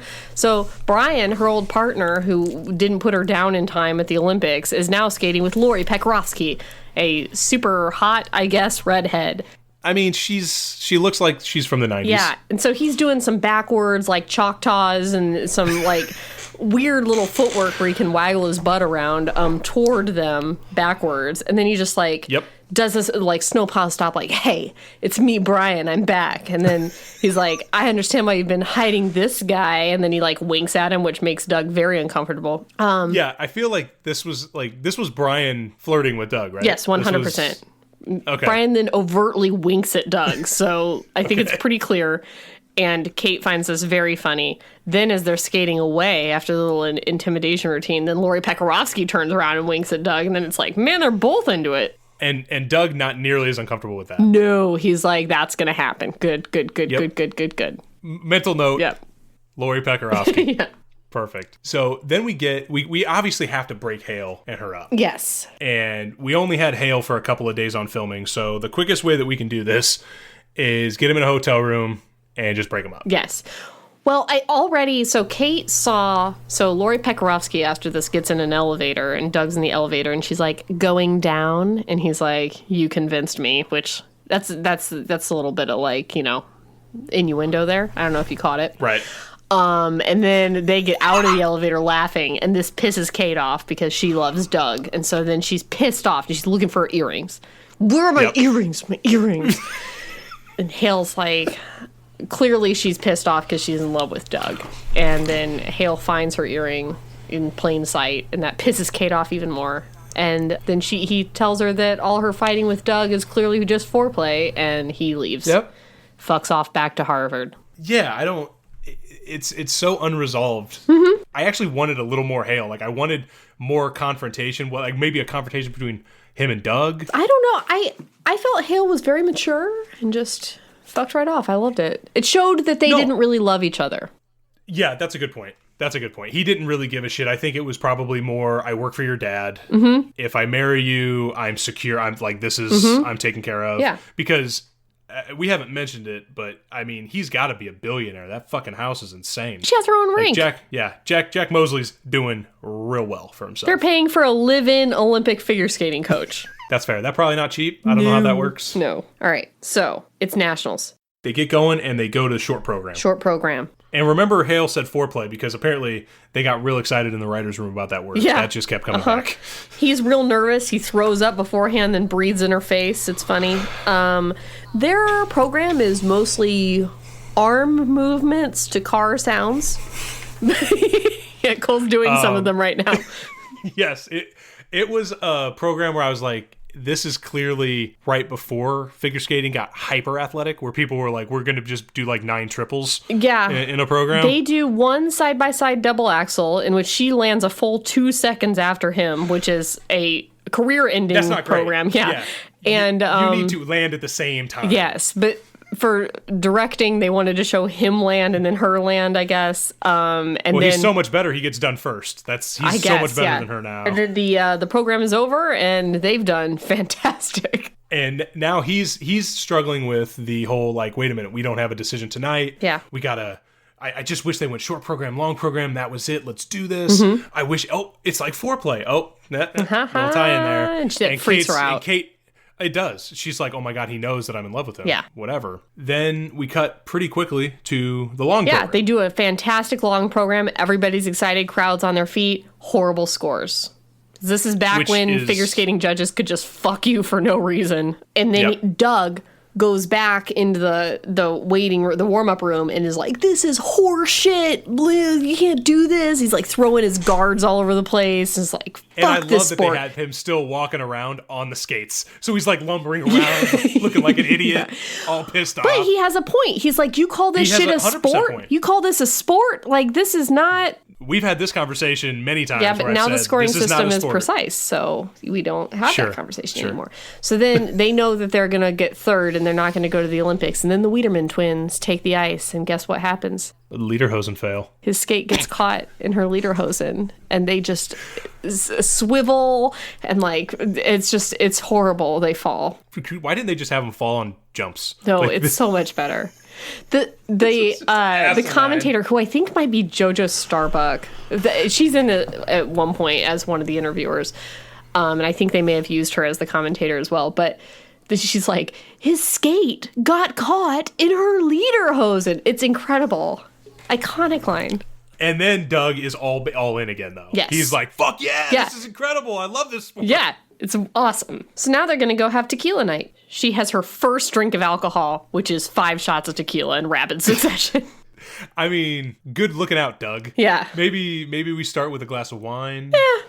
Maybe a beer. I mean, Doug's like, we're going to do the salt shot lick game. Yeah. That's how I'm going to introduce you to alcohol. In Doug's defense, he learns the error of his ways pretty quickly because she's immediately all over him in a way that he's like, oh no, this was a bad idea. But he continues to load her up. I mean, it's not like they stopped doing shots. I mean, but they're dancing and they're still doing shots. And then they're dancing and she starts like touching on his neck and stuff. And then they clip immediately to the hotel room. So I don't know that he lets her take any more shots after that. Although we do have to talk about the dancing real quick because you see her like this really awesome, just like upper body dancing, right? Just like punching the air and just like her 80s hair going all over the place. It's nuts. And it turns out, because she still had a broken foot, that she's on a dolly for that. So she can't move her lower body. It's great. And Sweeney was like, yeah, man, I'm just dancing out there with everything I got. And I'm not good. And she was so good dancing, but she only had her upper body. I'm like,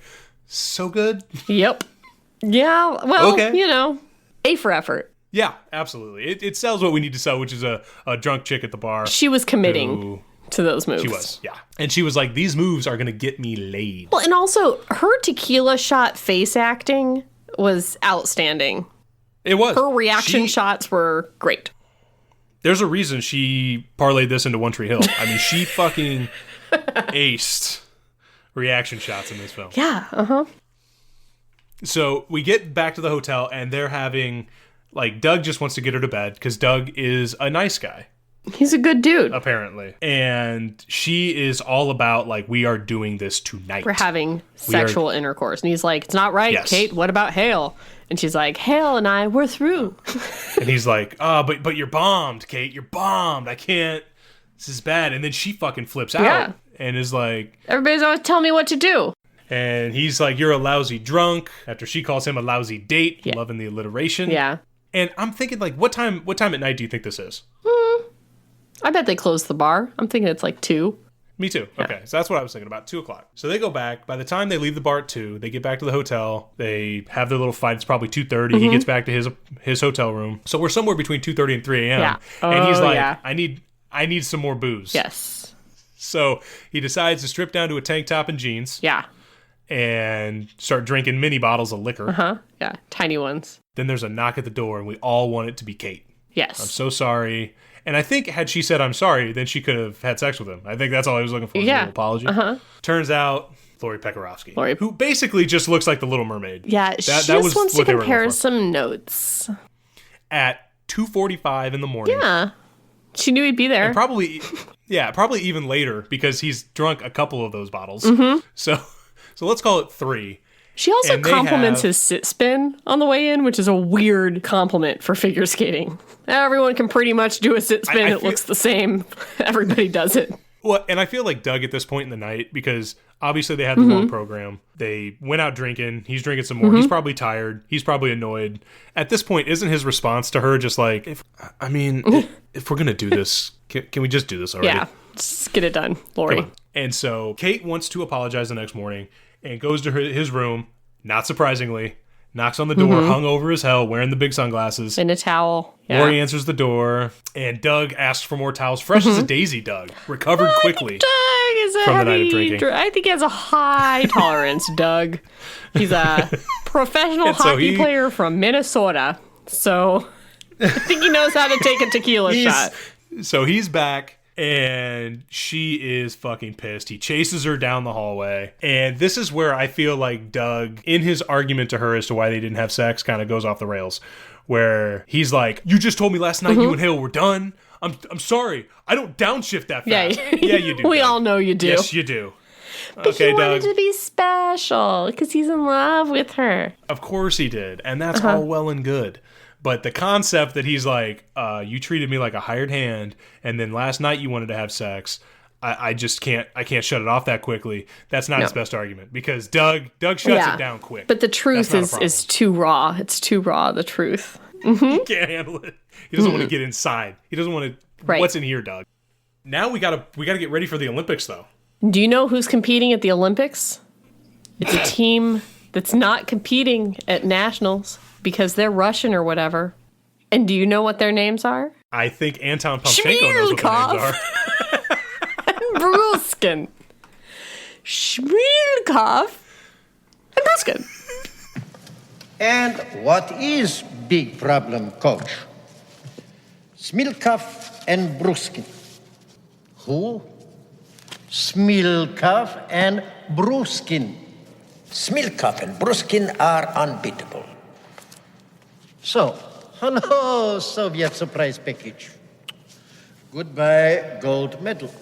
And we're back. Yes, that is... And Bruskin, who, by the way, played by a real Canadian figure skating team, whose name I can't remember now.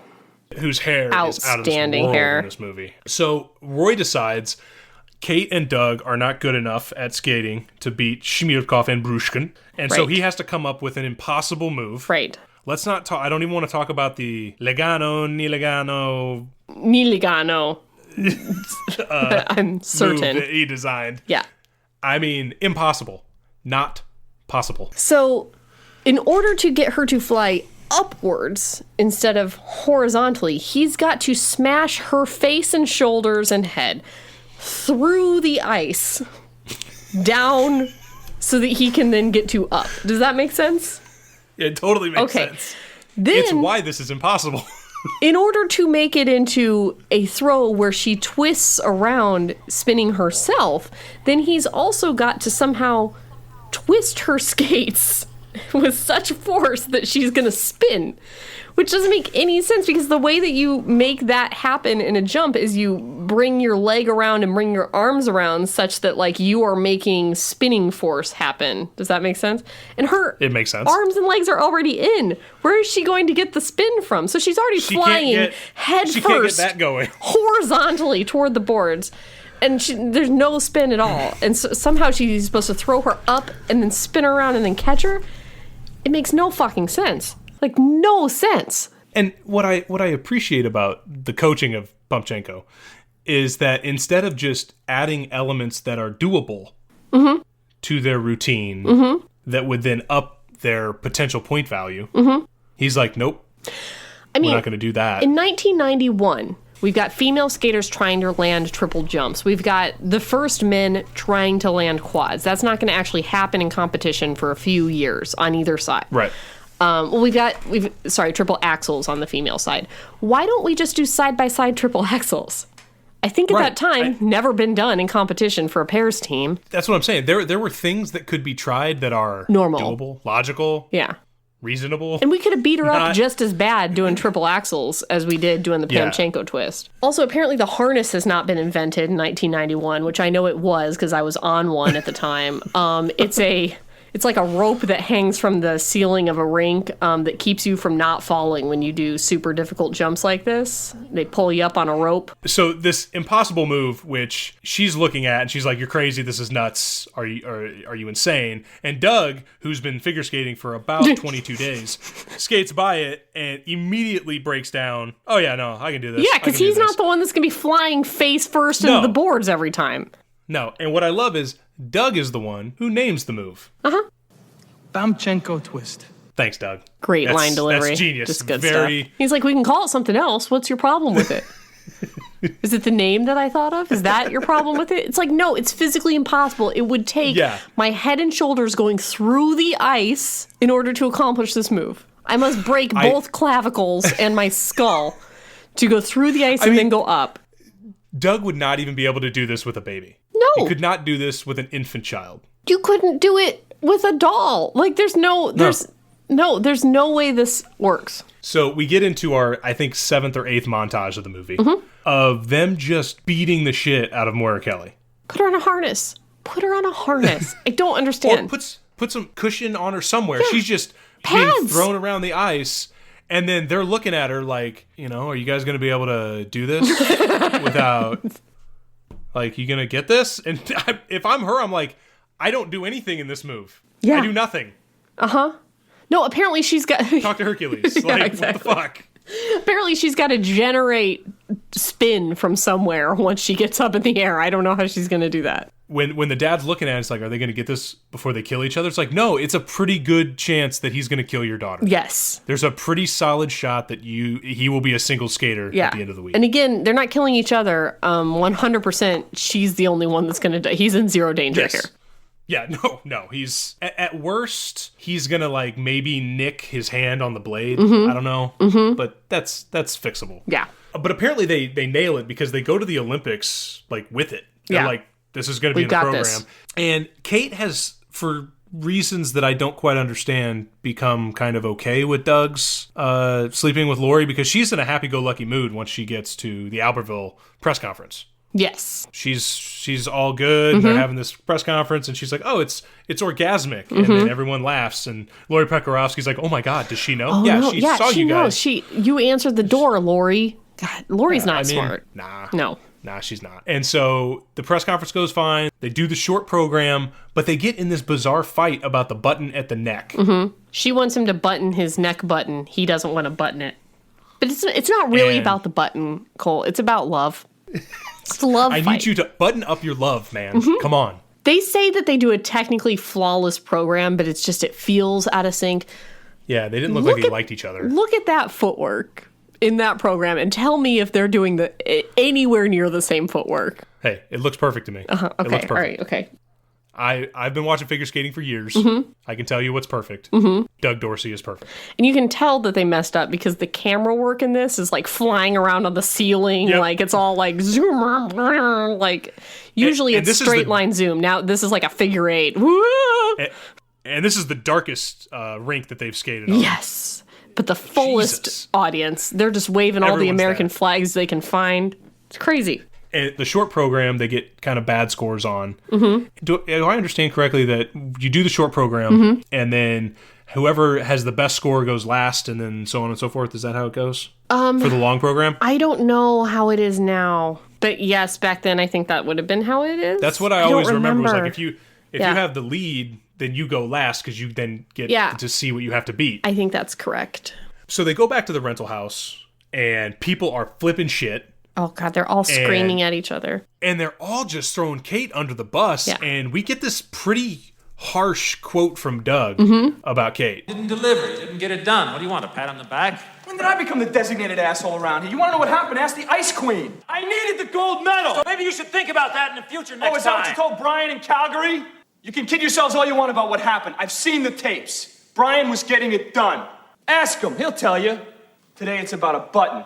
You people are all excuses. You want to point a finger? Goddamn son of a bitch. Gotta find that go-to guy. You should have started with a go-to girl, Jack. All right, that cuts it. That's hard, man. But it hits her, and she's like, "You're right. You're right about all of it. You came every day." How that got to her, I have no idea. I would have been like, "Fuck you, man! Like, what are you talking about?" Yeah, I think she's kind of done. Like, she had a little conversation with her dad before the Olympics of like, "What is this for? I don't even like doing this." Like, yeah, that's a good point. And she's like, this must have been a nightmare for you, Doug. Thanks for showing up every day. I've been a total bitch to you for years. And I'm sorry, Anton. Like, it didn't have to be this way, but I've decided to quit figure skating right now because of all of the yelling. You know, while Doug is going pretty hard on her, we cut to a scene where there's like just dialogueless pining. That great 90s. Oh, God. You know, she's like Peter Cetera, but not Peter Cetera music playing. She's like she's sitting on a windowsill with her knees up to her chest and her Bobby Hole sweater pulled over her legs, just like staring at the moon. I just wanted them to cut to a scene where he was just wrapped up naked in the Great Expectations book. Oh, God. And just hugging it so hard, but that's not what happens. No. He's walking around pining for her. Yeah, but they're clearly both in love. Yeah. And they get to the long program, or the morning of the long program, and that's where she breaks it to Doug, like, I'm retiring. Yeah, I'm done. This is it. Yeah. But I guess we did skip a spot where he got really pissed after the short program where she said, we're not going to do the Pamchenko. Oh, yes. We're not doing that.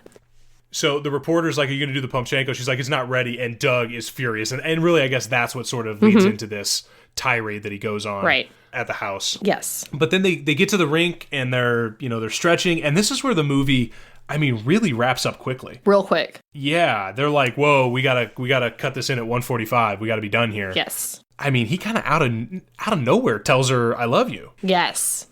He's like, well, he's not doing well, and he's like, I got to get this out before we skate because it's our last skate, and like, I'm just trying to get clear of some stuff right now. I got to go into this with a clear head. And she's like, okay, you don't want to fight anymore. That's fine. And he's like, no, like, I'm falling in love with you. And then like, they're like, hey, Dorsey, Mosley, get on the ice. And they're like, we're trying to have a conversation here. You get some time. I think it's like 90 seconds or something where you get, you know how figure skaters take the ice and they do a couple laps and they do like a couple stretches and stuff like that. Yeah. You have a certain amount of time to take your spot and start that music. Like, they need to back off. They're taking their time. It's fine. Yeah, but you're also forgetting that that's the normal Olympics where there's lights on and stuff. This is the dark Olympics. Shit's got to run quickly. This is the dark Olympics. Also, they got to get this shit going. There's a event coordinator with a headset that's between them when Doug says, I'm saying that I love you. And that guy's face, best acting in the movie. Well, he was like, this Doug's is my brother shot. number one, this guy, Yep, DB that guy Sweeney, was like, then the rest of the cast. I'm going to make it in Hollywood off of this non-speaking part right here. Yes, and he nearly did. Yeah. And so they take the ice, and Kate's got this new attitude to her. She's got a sort of a cockiness and a bravado that she hasn't had, which is her sort of loosening up like Doug's always wanted her to. And he's the one who's trying to be like, no, it's too dangerous. Let's play it safe. And she's like, let's kick a little ass. I'm in the mood to kick a little ass. And then they do it. They do the Pamchenko. And she lives somehow. She lived, no broken bones. And she says she loves him too at the end of the program. And he says, just remember who said it first. And then they make out hard. They finally kiss. Yeah, they fuck right there on the ice. No, that doesn't happen. That would have been hilarious. That would have been like, yep, they won And the gold judges medal. are like, 10, 6.0. So what I love about the movie, though, is it rolls credits right there. We don't need to wrap it up with Anton and the dad and all that shit. Yeah, and we don't know if they won. We don't know if they won. Doesn't matter. We have no idea. They did win. Even though they go last. And why Shmilkov and Brushkin didn't go last, because they clearly got perfect scores the night before. Yeah. I don't know. But I don't know. Neither here nor there. That is the cutting edge. Yes. Like, this is a quintessential romantic comedy. It's the best romantic comedy in my eyes. But again, it's a very big part of my childhood. I'm sorry. I don't blame you. I love it. I mean, Jed, who obviously wasn't a big part of this episode, watched it just cause, and that's why he's like, "Oh man, this is so good! Like, I got to talk about it. I got to say something about it because it's so watchable. The rewatchability of this movie is way up there. Oh yeah, it holds up. And I mean, the outfits don't, the music doesn't, but the movie holds up. Yeah. The movie itself, the through line holds up just fine, and they were going to make a sequel. They wrote a script to a sequel. And according to Mr. Sweeney, the money was embarrassingly low and the script was terrible. That's what all the reports are, is that the script was just complete shit. I'm glad they didn't do it then. Yeah, I am too. I mean, I would have liked to have seen them do a sequel because Moira Kelly and DB Sweeney have a lot of chemistry. They do. Like, it's legitimate chemistry. And neither one of them became so big that it sort of became cost prohibitive to do it. You know, like, that's one of the things that sucks about, like, Major League 2, where they couldn't get Wesley Snipes back because it's just cost prohibitive. He just became too big of a star. That didn't quite happen for Moira Kelly and DB Sweeney, so it was totally doable. But they decided instead we're going to do some sort of straight-to-video or TV movie sequels. And was that the script that you're referring to in the Christy Carlson Romano vehicle? I've looked. I have not been able to find what the original... I see. Because... boy, was that thing rough. Because I've watched 2 through, I think 4. I think there's a 4th. Did you watch Fire and Ice? There is a 4th. Yeah, I've watched Fire and Ice. Is that 4? That's 4. Okay. There's Going for the Gold, which is Christy Carlson Romano, which is a TV movie where, like, isn't it a rollerblader? I think the first one is a rollerblader. The second guy, I think, is like a skateboarder. Is that correct? And the third one? I didn't. After I watched 2, I'm like, I'm not watching Chasing the Dream or Fire. Maybe and Ice. the third one. I want to say there was one with the roles reversed though, where like the girl was the. I don't know, but yes, I definitely remember Fire and Ice because it was a standout of how bad it could get. Well, and the thing that pissed me off about Going for Gold was twofold. One, it ruins the end of Cutting Edge because it tells you that they won the gold. Yes. Yeah. And then the other part is like, there's some weird nudity love triangle stuff in it. Like, well, also it made no sense. Christy Carlson Romano just didn't quite have it. Yeah, didn't quite have it. Nah, she was Very good on Even Stevens. Let's leave it at that. Was she? Okay, she had a very good voice in Kim Possible. Yes. Yep. There you go, Christy. See, we love you. Yeah, sure. Come on the show. So before I let you go, because I've taken up a ton of your time and can't thank you enough for coming on, I did ask you to tell me who you want in the reboot of this movie. This whole thing is like, okay. And there's an entire page. Holy shit, there's an entire page. This is so hard. Because the thing is, the actors have to be like under 30, or at least believably be able to play. Sweeney wasn't. But like, believably, there's something about 42. the 90s that like you can get by with that. You can't cast That's like fair. Russell Crowe or something. Like you can't cast like a... Pump the brakes. That man's a national treasure. Fair. All right. So I was trying to find like actual young actors and actresses. I think, so my list here, can you tell me yours first? Because I'm worried mine are bad. Nope, because I had to do casting on your podcast, so you got to do it first. So my first thought was like, who can play like a very bitchy woman, but like also has a lot of comedy chops? So I was writing down names like maybe Emilia Clarke, maybe Kristen Ritter, but I was thinking those women are probably too old for this role because they look like they're 30 or over, probably. See, I really, had Emilia Clarke then made me think Kate. Jai Courtney could be a great Doug Dorsey. Because I had her written down. I'm like, because the girls are easier to cast than the boys in this movie. Because the guy has to have this like rugged charm of like handsome but not. Yeah. And all the young guys out there are really pretty right now. So I was like, yeah, Jai Courtney's a great one because when you think about the younger actors that are out there right now, like Chalamet can't do it, Hedges can't do it. Ansel Elgort. No, I had him. Like I thought about all of these guys that you're naming. They can't do it. So, but anyway, I scratched Emilia Clarke and Kristen Ritter because I'm like, they're just not, they look too old, and they don't look old. I just mean for like they can't play 23 or whatever. I know what you're saying. So then, right. Well, and that's one of the problems with the hockey players having that hockey player transition. Right. And that's one of the things that Sweeney had was you totally bought him as a hocky player. Right. And I don't buy any of young Hollywood as a hocky player. No, like, I don't buy none of Miles these Teller guys. as a hockey player. I don't buy any of those guys. So, so I wrote down, I think I wrote down Emma Stone. I wrote down Sarah Hyland. But I think my final... I like Sarah Hyland. Yeah, That's wouldn't good. she be great? I like that. Yeah, I like that. She's probably my number 2. I think, though, my finalist is Alison Brie. I'm going to cast Alison Brie. That's a great one. Because Alison Brie's a great one. Comedic, but she'll know the timing. She'll know how to do this role. Oh, I like that a lot. Yeah. So then I moved into, and I didn't know what to do because it's like you need that perfect charm. Like I want to cast D.B. Sweeney. So I thought about Jai Courtney. It's like you've got all these Hemsworths and stuff out there. You don't want any of these like pretty muscle boys. You want like a younger Dax Shepard or like somebody who's like not attractive. No, I never do either. But like somebody who's just like, you're like, that guy? That's the guy you want. That you're like, you know who the younger version of who I think we need is like Josh Duhamel. Like a really younger Josh Duhamel. Sure, but still him really pretty. Yeah, but he does have a rugged edge to him. Like when you see him in Las Vegas, like he does have a little bit of that really good looking, like super good looking guy, but there's some off kilter stuff about his good looks. It's not just like a Hemsworth where you're like, right. God was having a good day for the Hemsworth. Right. Good for you. Like I think a young Duhamel would have been good. Yeah, so I'm thinking like maybe a comedy actor, maybe like an Andy Samberg would be fun, or somebody who's known for a different like sports movie, like a Michael B. Jordan. We could put him in the hockey player role, and like that would be kind of interesting. But then I nailed it. I love how you're like, I went off on everything that was wrong. So if this is Chris Pine, I'm just gonna stop recording. No, but I think this would be good. Alison Brie and Jake Johnson from New Girl. Yeah, I like Jake Johnson there. I like that. I think that's perfect because he's not like pretty handsome, but he's handsome enough and very charismatic, and he's oafy enough that I feel like you could believe him as a hockey player. Yeah, I like that a lot, actually. That's what I got. Have that. That's perfect. And nobody for Anton?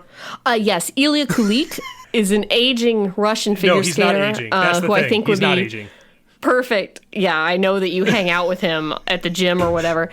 I would cast Ilya as Anton. I would cast Terry O'Quinn as Jake Mosley. Yep. You would have to keep Jake. Although I think you make a good point with Ilya, who I know you haven't seen him in a while, looks 20. Yep, that tracks for me. Yep. But 100%. I think the way they fucked this movie up in 2019 is they cast actual figure skaters and try to make them actors as opposed to casting actors and just teach them how to skate. No, I think the way they fucked this up in 2019 is they cast like Lucy Hale and Zac Efron in these roles. That's the Efron problem. would absolutely be on the top of the list. And you would see Lucy Hale would 100% be on top of this too, and they're not going to be good.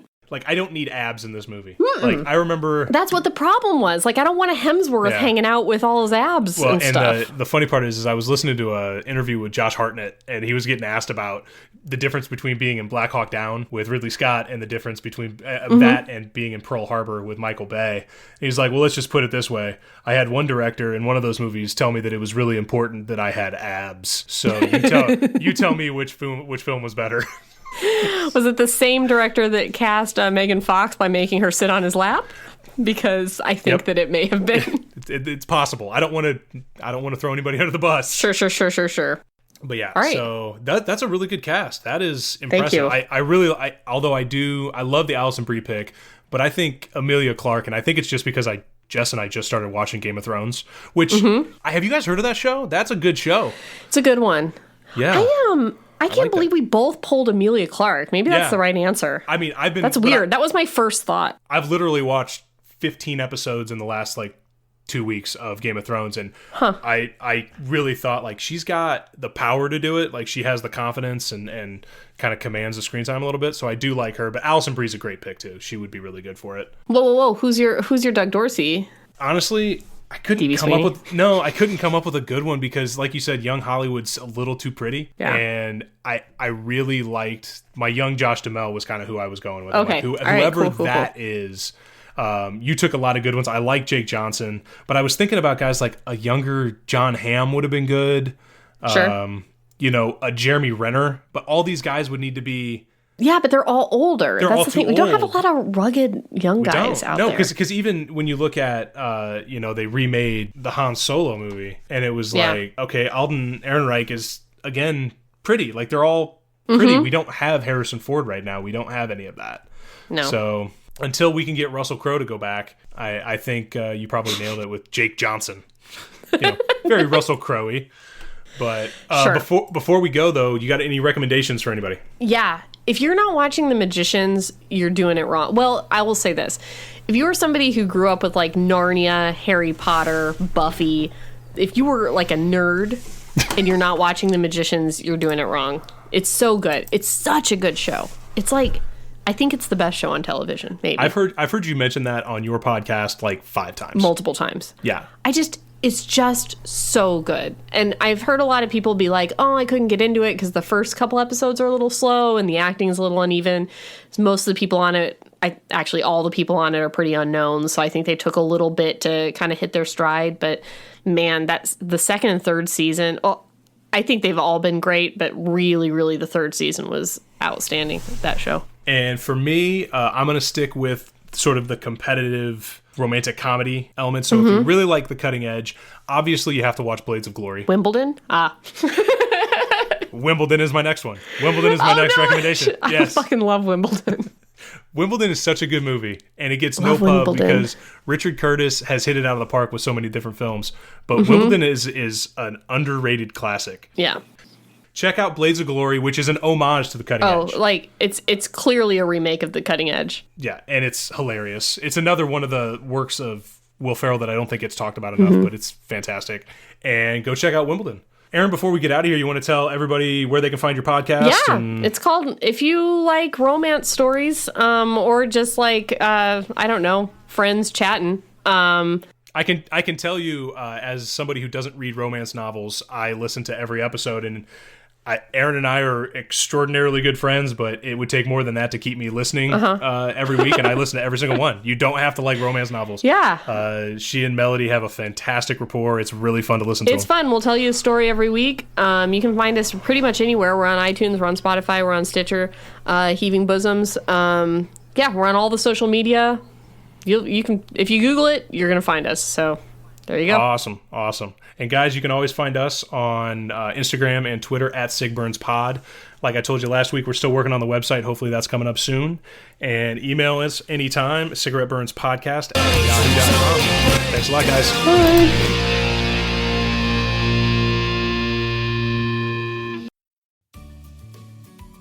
Hey, you. Yes, listener, you. Are you loving the show? If so, please leave a rating and review in your podcast app. The 90 seconds you take to say something nice not only helps new people find the show, but it makes me super smile over at HBHQ. Also, I've had a few people ask, and the answer is yes. We are still doing the 5-star bribe.